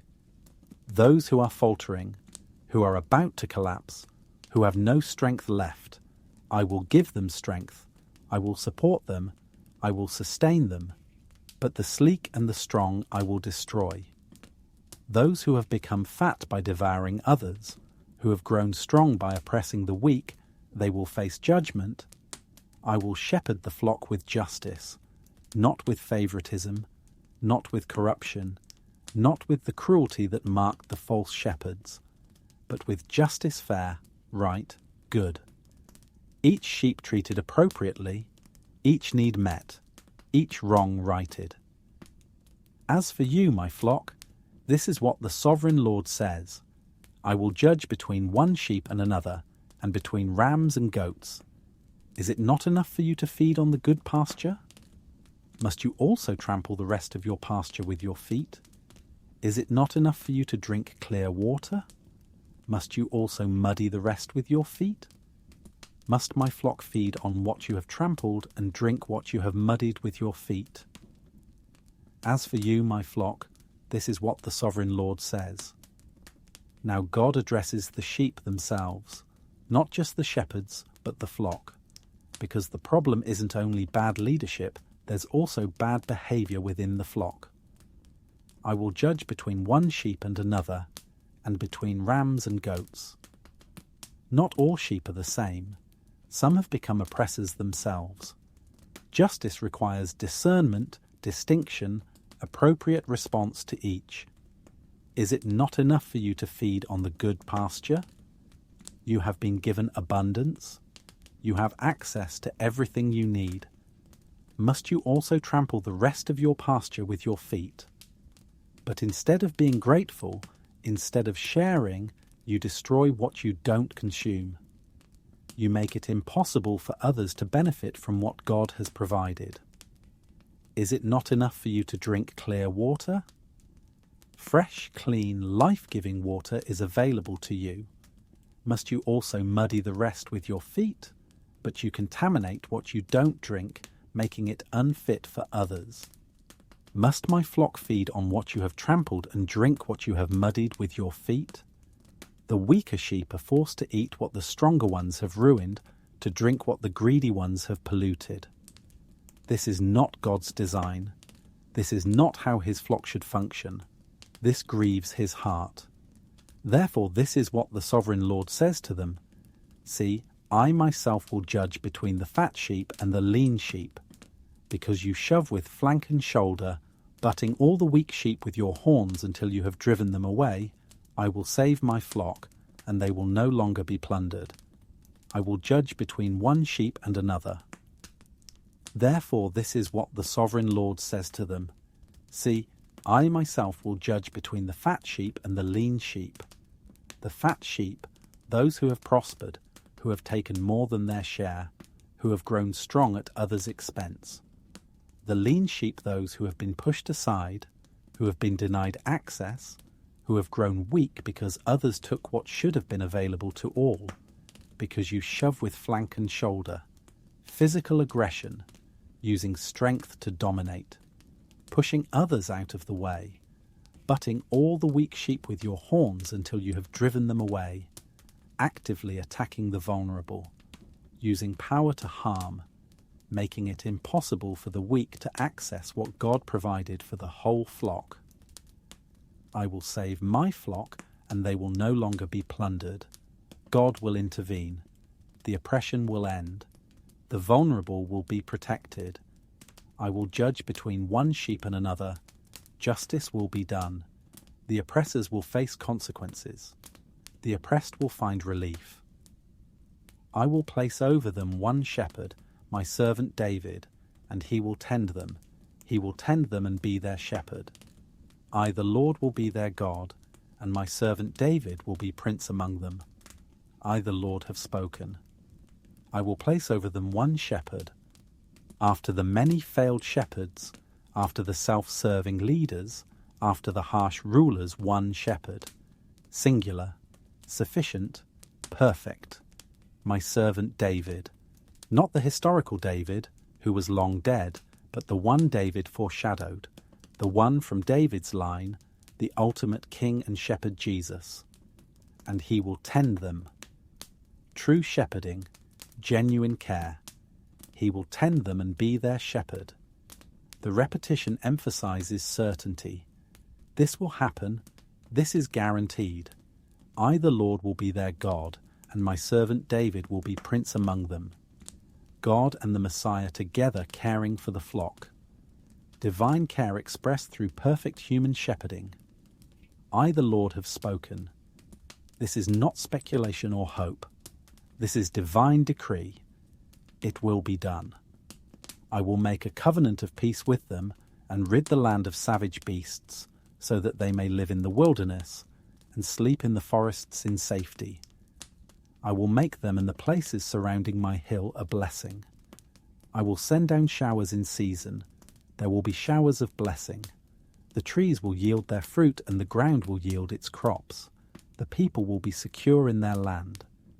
They will know that I am the Lord when I break the bars of their yoke and rescue them from the hands of those who enslaved them. They will no longer be plunder for the nations, nor will wild animals devour them. They will live in safety, and no one will make them afraid. I will make a covenant of peace with them, not just temporary relief, not just a moment of respite, a covenant permanent, binding, unbreakable, of peace deep, lasting, comprehensive peace, and rid the land of savage beasts. The threats will be removed, the dangers will be eliminated, so that they may live in the wilderness and sleep in the forests in safety, even in places that were once dangerous, even in terrain that was once frightening. They will be safe. They can sleep without fear. They can rest without vigilance. I will make them and the places surrounding my hill a blessing. Not just blessed, but a blessing. Something that benefits others. Something that radiates goodness. I will send down showers in season, provision, timing, everything needed exactly when it's needed. There will be showers of blessing, abundance, more than enough, generosity poured out. The trees will yield their fruit and the ground will yield its crops. Fruitfulness, productivity, the land itself responding to God's blessing. The people will be secure in their land, not anxious, not afraid, secure, safe, established, confident. They will know that I am the Lord when I break the bars of their yoke and rescue them from the hands of those who enslaved them. Knowledge born from experience. Understanding that comes from deliverance.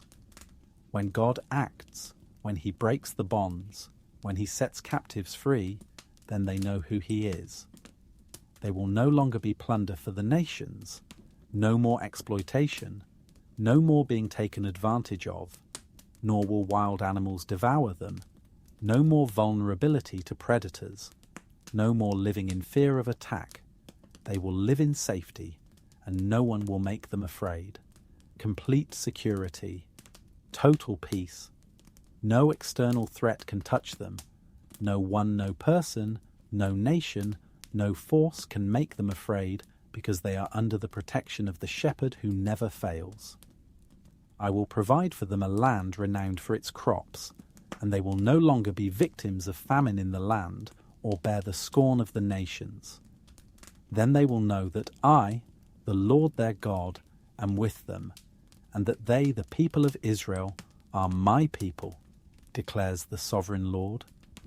You are my sheep, the sheep of my pasture, and I am your God, declares the sovereign Lord. I will provide for them a land renowned for its crops, not just adequate provision, but abundance so great that it becomes famous, a reputation for fruitfulness, a testimony to God's blessing, and they will no longer be victims of famine in the land. Hunger ends. Scarcity ends. The terror of starvation is removed forever, or bear the scorn of the nations. No more shame, no more mockery, no more being looked down upon or despised. Then they will know that I, the Lord their God, am with them. The ultimate knowledge, the deepest truth. Not just that God exists, not just that God is powerful, but that he is with them, present, close, engaged, and that they, the people of Israel, are my people. Identity established, relationship confirmed.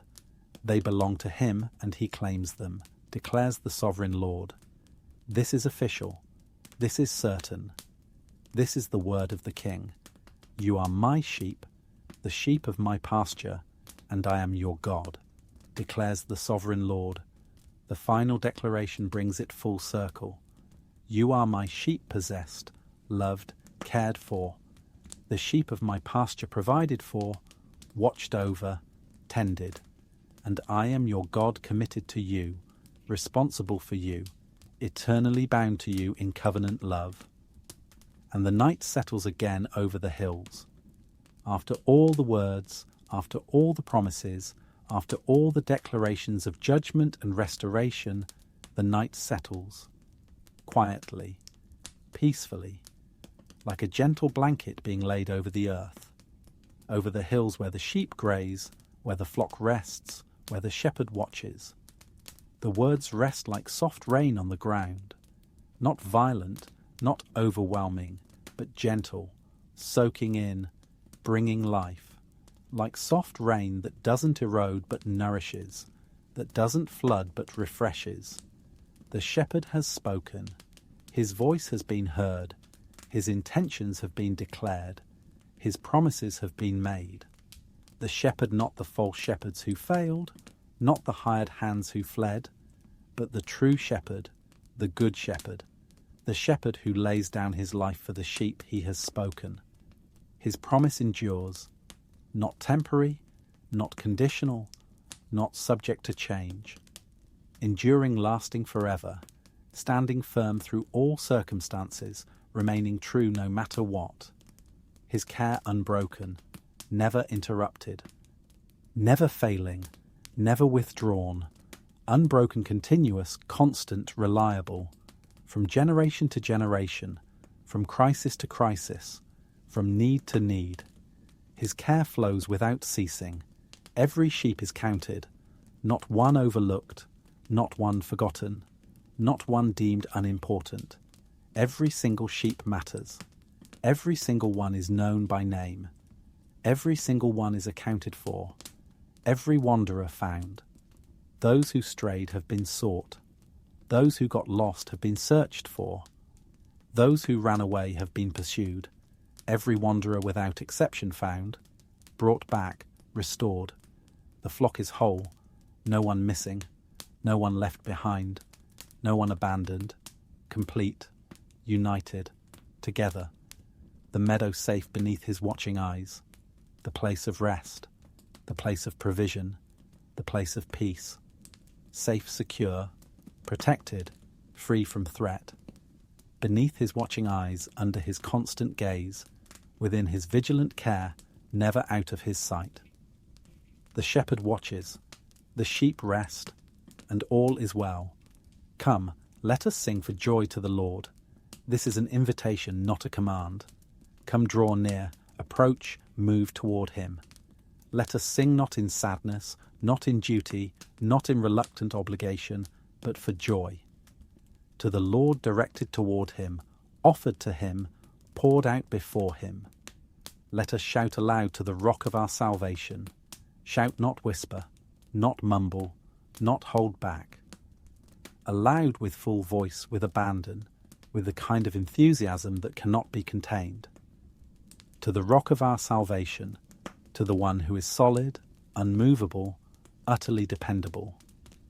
The one who saves us, who is our salvation, who stands firm when everything else crumbles. Let us come before him with thanksgiving. Approach his presence with gratitude, not with complaints, not with demands, not with a list of grievances, with thanksgiving acknowledging what he has done, recognizing his goodness, remembering his faithfulness, and extol him with music and song, lift him high, praise him. Declare his worth with instruments and voices, with melody and harmony, with the overflow of hearts that have encountered his goodness. For the Lord is the great God, not just a God among many, not just one option in a spiritual marketplace. The great God supreme, unmatched without equal, the great King above all gods, ruling over every power, every authority, every spiritual force. There is no competition, there is no rival. He reigns supreme. In his hand are the depths of the earth, the lowest places, the hidden places, the places no human eye can see. They rest in his hand, under his control, within his grasp, and the mountain peaks belong to him. The highest places, the majestic places, the places that inspire awe, they are his, not created by chance, not accidents of geology, but his, made by him, owned by him, displaying his glory. The sea is his, for he made it.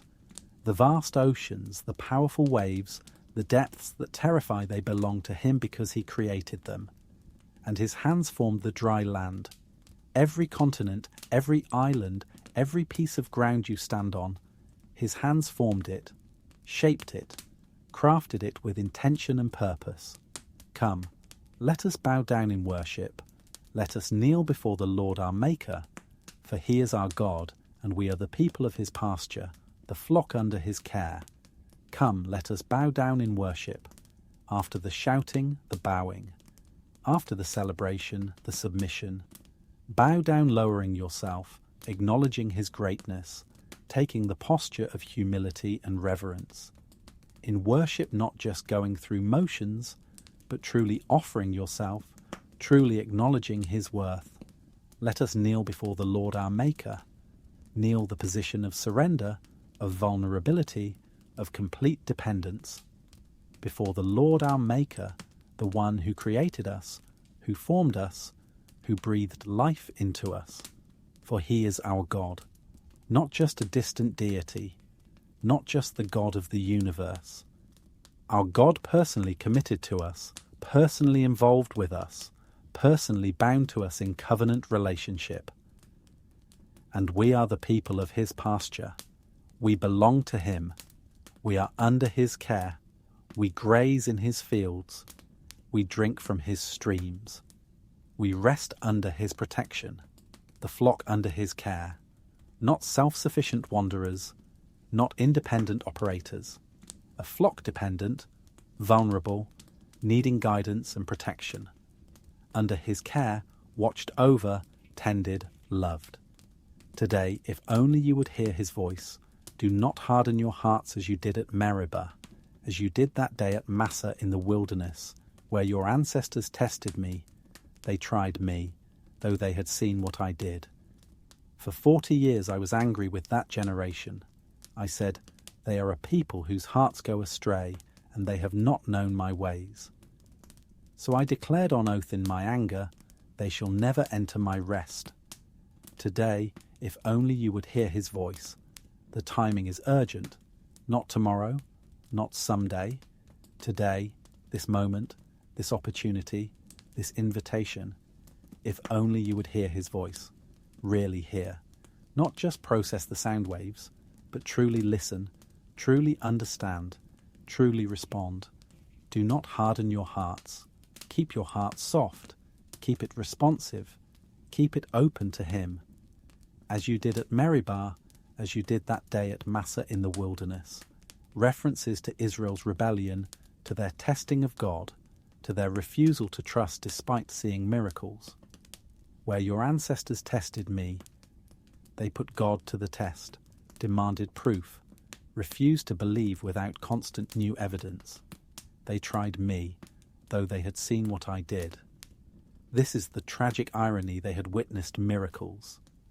They had experienced deliverance.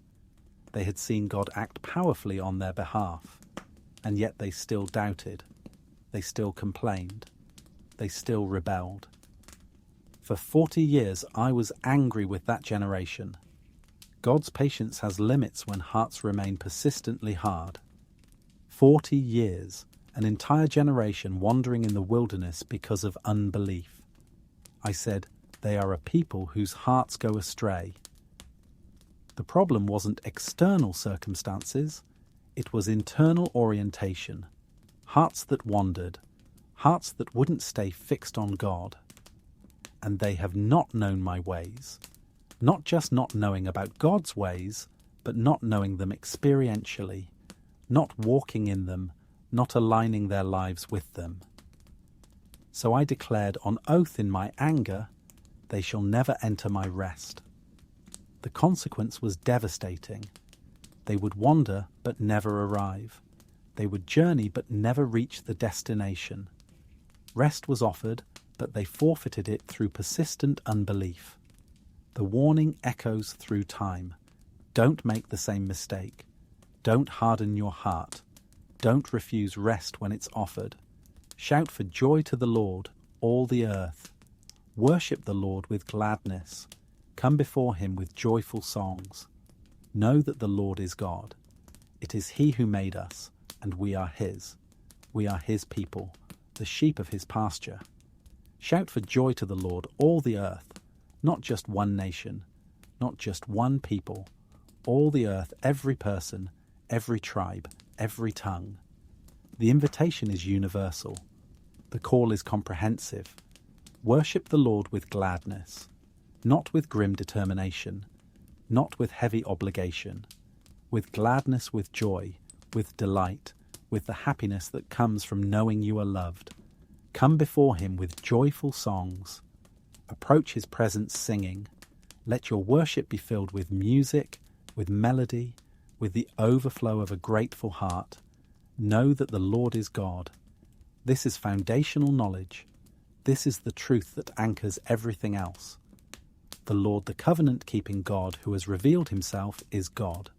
Not one God among many. Not a regional deity with limited power. God, the only true God, the creator of all, the ruler of all. It is he who made us. We did not make ourselves.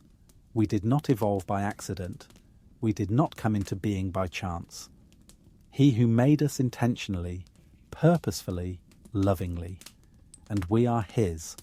Belonging is established. Ownership is clear. Not in a domineering sense, but in a protective, loving sense.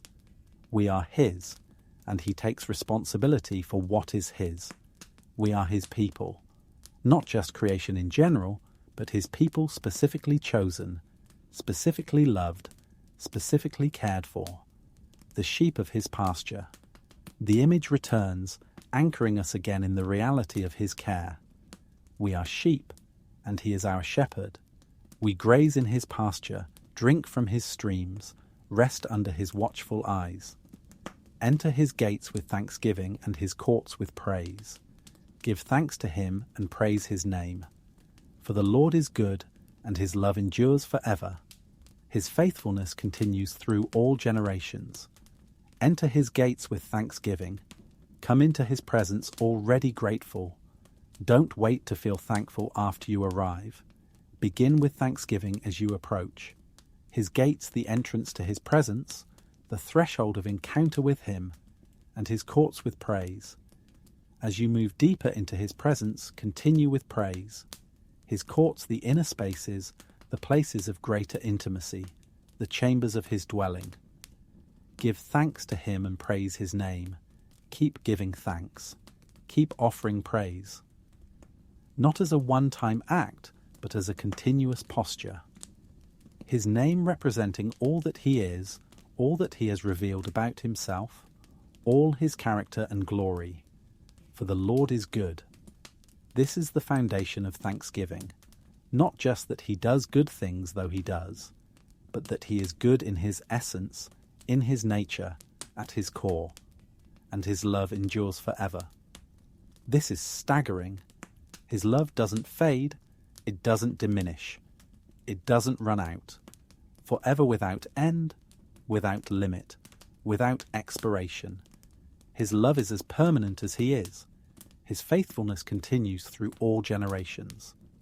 Your grandparents' generation knew his faithfulness. Your parents' generation experienced his faithfulness. Your generation is discovering his faithfulness, and your children's generation will walk in his faithfulness. It continues unbroken, constant, reliable through all generations, and the sound fades into quiet once more. After all the shouting, after all the singing, after all the praise and thanksgiving, the sound fades. Not because the joy ends, but because the expression has been offered.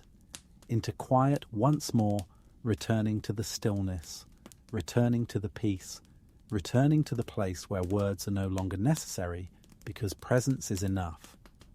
The pasture lies still beneath the sky. All the activity has ceased. All the movement has stopped. The pasture, the place of provision, the place of safety, the place of belonging, lies still, at rest, at peace. Beneath the sky, under the vast expanse of God's creation, under the canopy he stretched out, under the heavens that declare his glory. The wind moving gently through the grass, not violently, not destructively, gently, a soft touch, a tender movement, a whisper of air that stirs the blades of grass but doesn't uproot them. Through the grass where the sheep graze, where they rest, where they find nourishment for another day, the shepherd is near, not far away, not distant, not removed from the scene, near close enough to see clearly, close enough to hear every sound, close enough to respond instantly to any need. The presence that matters most is present. The voice that guides is within hearing distance. The care that sustains is actively at work. His voice, like a soft call over the hills, guides the soul into rest. Not a harsh command, not a demanding shout. A soft call, gentle, tender, inviting rather than forcing. Over the hills, across the distance, through the space, reaching wherever the sheep might be, guides the soul into rest. Not drives, not pushes, not drags. Guides, leads gently, shows the way, walks ahead so the sheep can follow. The soul, the deepest part of you, the part that can be restless even when your body is still. Into rest, into the place of peace, into the posture of trust, into the state of being held. Every word, every promise becomes a place of safety to dwell in. The words spoken throughout this night are not just information to process. They are more than doctrine to understand or theology to master. Every word, each declaration of his character, each promise of his care, each invitation to rest, becomes a place of safety, a refuge, a shelter, a dwelling place. To dwell in, to make your home, to take up residence, to live within the security of his promises. You can rest in the truth that he is your shepherd. You can dwell in the promise that he will never leave you. You can take refuge in the assurance that his love endures forever. These are not abstract concepts floating somewhere out there. They are places you can enter, spaces you can inhabit, realities you can experience. The flock sleeps, the heart is calm, and peace stretches wide like morning light waiting beyond the horizon. The flock sleeps, not anxious, not vigilant, not tense. Asleep, vulnerable, trusting, completely at rest, because the shepherd watches because protection is certain, because all is well. The heart is calm. After all the racing, after all the worry, after all the fear, calm. Not artificially suppressed anxiety, but genuine peace. The settled assurance that comes from being held by hands that will never let go. And peace stretches wide like morning light waiting beyond the horizon.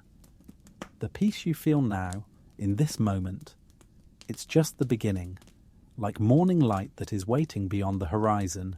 Just before dawn, there is more coming. Peace that is wider than you can imagine. Peace that stretches farther than you can see. Peace that fills every corner of your life, every aspect of your being, every dimension of your future. Like morning light inevitable, beautiful, life-giving. Light that is not harsh but gentle. Light that doesn't burn but illuminates. Light that doesn't blind but reveals. Waiting beyond the horizon, not far away, but just out of sight. The horizon is the edge of what you can see, but beyond it lies the fullness of day. Beyond this night lies morning. Beyond this rest lies resurrection. Beyond this sleep lies eternal waking in his presence. The shepherd has spoken. The flock is gathered. The night is safe. And you are his sheep, loved, known, called by name, carried close to his heart. Rest now. The morning is coming, but for now, rest. You are held. You are home. Lord, the night is quiet now, and every sound has softened. The day with all its noise has finally released its hold. Every sound has softened, not disappeared entirely, but gentled, muted, transformed from clamour into whisper. The urgent voices have faded. The demanding calls have stilled. The chaos that filled the daylight hours has given way to this sacred hush. Lord, the night is quiet now. We come to you in this stillness, in this pause between the ending of one day and the beginning of another, in this space where time itself seems to slow and eternity feels close. The fields lie still beneath your sky, the fields where your sheep graze, where they wander, where they rest, they lie still now. No movement disturbs them, no wind troubles them. Beneath your sky, under the canopy you spread, under the stars you named, under the heavens that proclaim your glory even in their silence, everything rests under your gaze. Everything waits under your protection. The earth itself seems to exhale, to settle, to trust that you are watching over all you have made. The hearts of your people rest beneath your care, not just the bodies, though they too are weary and need this rest, but the hearts, the deep places where worry lives, the hidden chambers where fear makes its home, the secret spaces where pain has been stored and shame has been buried. The hearts of your people scattered across the world, beating in 1,000 different circumstances, carrying 1,000 different burdens, they rest now. Beneath your care, under your covering, within your protection, held by your love that never lets go. You have spoken, and the words linger like gentle light upon the soul. Throughout this night, you have spoken. Through ancient scripture and timeless promise, through story and psalm, through declaration and invitation. And the words, they don't just pass through and disappear. They linger, they remain, they settle. Like gentle light not harsh, not burning, not exposing in a way that shames. Gentle light that illuminates without overwhelming, that reveals without condemning, that shows the way forward without blinding. Upon the soul touching the deepest part of us, reaching the places where we most need to see clearly, bringing clarity to the confusion and hope to the despair. You are the shepherd, and there is no other. This is the truth that has echoed through every passage, every prayer, every promise tonight. You are the shepherd, not one shepherd among many. Not a shepherd who might fail or abandon or forget. The shepherd, the true one, the good one, the only one who truly matters, and there is no other, no rival, no substitute, no alternative that comes even close. You alone are worthy of this title. You alone fulfill this role perfectly. You lead us beside still waters. In a world that rushes and rages, that floods and overwhelms, you lead us beside still waters, waters that don't threaten, waters that don't drown, waters that refresh and restore. You know where these waters are. You know when we need them. You know how to lead us to them even when we can't see them ourselves, even when we think we need something else, even when we're convinced that what we're chasing will satisfy our thirst better than the still waters you offer. You find us when we wander, and we do wander. We lose our way. We follow paths that lead nowhere. We chase mirages that disappoint. We convince ourselves we know better than the shepherd. But you find us, always, without exception. No matter how far we've gone, no matter how lost we've become, no matter how convinced we are that we've wandered too far this time, you come looking, you keep searching, you don't give up until you find us and bring us home. You bind up the wounds that no one else sees, the visible injuries. Those get attention, people notice. People offer help, but the wounds that no one else sees, the ones we hide, the ones we're ashamed of, the ones we've convinced ourselves don't matter or shouldn't hurt, you see them all, every invisible wound, every hidden pain, every secret scar, and you bind them up. You tend them with gentle hands. You bring healing that goes deeper than anyone else can reach. You call each name that the world forgets, and none are lost to you. In a world of billions, it would be easy to be forgotten, easy to be just a number, easy to disappear into the crowd. The world forgets names. The world overlooks people. The world dismisses those who don't seem important or useful or impressive. But you call each name, every single one. The names the world has forgotten, the names that were never famous, the names that history won't record. You know them, you speak them, you call each of your sheep by name, and none are lost to you. Not one has slipped through your fingers, not one has been misplaced, not one has been deemed too insignificant to track. Your hands have never failed, your eyes have never turned away. We fail. Our hands drop what they're holding, our strength gives out, our resolve crumbles. But your hands, they have never failed, not once, not ever. They have never dropped what they were carrying, they have never let go of what they were holding. They have never been too weak to sustain what was entrusted to them.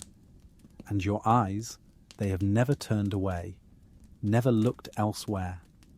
Never grown bored or distracted or disinterested. You have never stopped watching over what is yours. Even when the path was shadowed, you walked before us.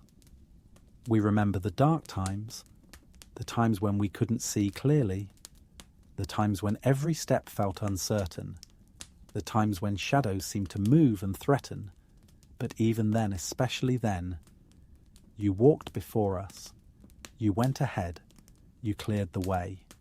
You faced what we feared. You stood between us and the danger. You were the light in the darkness, the guide in the confusion, the strength when we had none. Even when we did not see, you were near.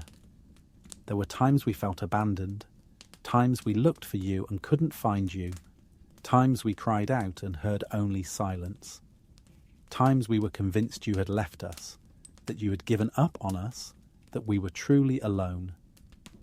But even when we did not see, even when our eyes were too full of tears or too blinded by fear or too focused on our circumstances to perceive your presence, you were near, always near, never distant, never absent, never far away. Our inability to see you did not change your proximity. Our failure to sense you did not alter your presence. Now the flock rests in your pasture. After all the wandering, after all the searching, after all the struggle, now, this moment, this night, the flock rests, not anxious, not scattered, not running, resting, together, safe, in your pasture, the place you prepared, the place you provided, the place that belongs to you and therefore is secure. The weary breathe again. Those who have been holding their breath, those who have been running on empty, those who have been pushing past exhaustion, they breathe again. Deep breaths, full breaths, life-giving breaths. The broken have found safety beneath your wings. Not just the strong, not just the ones who have it all together. The broken, the ones who are falling apart, the ones who are shattered, the ones who are barely holding on, they have found safety. Not because they earned it or deserved it or were finally good enough, but because you offered it. Beneath your wings gathered close, covered completely, protected utterly. Like a mother bird protecting her young, like a shepherd sheltering his flock, you cover the broken with your own self. And the night, so often a place of fear, has become a place of peace. The night which was once frightening, which was once when all the worst thoughts came, which was once when loneliness felt unbearable, and worry felt overwhelming, and hope felt impossibly far away, that night has been transformed. It has become a place of peace, not because circumstances changed, not because problems disappeared, but because you are here, because your presence changes everything, because where you are, peace is possible, even in the darkest night. Thank you, Lord, for being the keeper of every soul. Gratitude rises now, not duty or obligation, but genuine thanksgiving from hearts that have been touched, lives that have been changed, souls that have been saved. Thank you for being the keeper, the one who keeps, who maintains, who preserves, who doesn't let go, of every soul, not just some souls, not just the impressive ones, or the faithful ones, or the deserving ones. Every soul that belongs to you. You keep them all. Thank you for stillness that heals, for grace that restores, for love that follows us beyond every valley. Thank you for stillness, for these moments of quiet when healing can begin, when the soul can catch its breath, when restoration can take root. For grace that restores, not just forgives, not just overlooks, but actually restores, brings back what was lost, repairs what was broken, renews what was depleted. For love that follows us, pursuing love, relentless love, love that doesn't give up when we run. Beyond every valley, through every dark place, every low place, every place where we thought we'd been abandoned. Thank you that not one tear has fallen unseen, and not one heart has wandered too far to be called home. Every tear, every single one, whether shed in private or in public, whether for great tragedy or small disappointment, you have seen them all. Not one has fallen unseen. You collect them, you remember them, you care about each one, and not one heart has wandered too far. No distance is too great, no rebellion too severe, no time away too long. Every heart can be called home because your voice reaches everywhere and your love knows no limits. Let your presence fill this quiet hour. This is the prayer now, not for more words, not for more understanding, not for answers to questions or solutions to problems. Just presence. Let your presence, your actual nearness, your tangible reality, your felt closeness fill this quiet hour. Fill every corner of it. Fill every minute of it.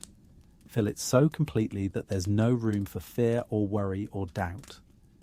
Let your peace remain when sleep begins to fall, as the night deepens, as eyes grow heavy, as consciousness fades into sleep. Let your peace remain, not just while we're awake and aware and actively seeking it, but remain, stay, continue, persist.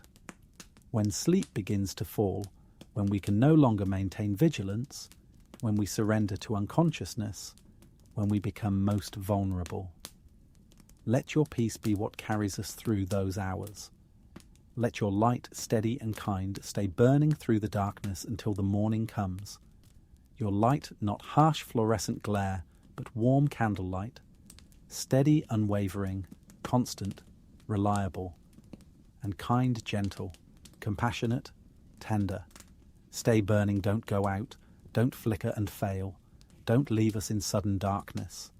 Through the darkness, all through it, from this moment until dawn, until the morning comes, and it will come. Morning always comes, light always returns.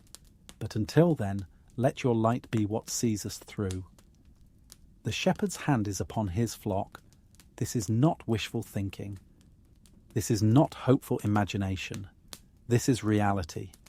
The shepherd's hand, active, engaged, present, is upon his flock, resting on them, covering them, guiding them, protecting them, not hovering nearby in case he's needed. Upon them, in contact, connected, involved. The breath of heaven rests upon the fields. Something sacred has descended. Something holy has settled. The breath of heaven, the very atmosphere of God's dwelling place, the air of eternity, the presence of the divine, rests upon the fields, where the sheep graze, where they wander, where they now lie down in peace. Heaven has touched earth. The eternal has kissed the temporal. The invisible has become somehow present in the visible. The world sleeps, and the Spirit sings softly, I am with you always. All around the world sleeps, unaware, unconscious, resting in whatever peace or unrest they can find.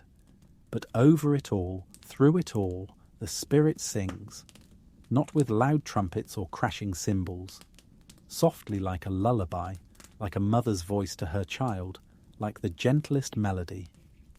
And the song has only one line, but it's the line that matters most.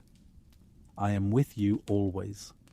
Not sometimes, not when you're good enough, not when circumstances are right, always, every moment, every situation, every season.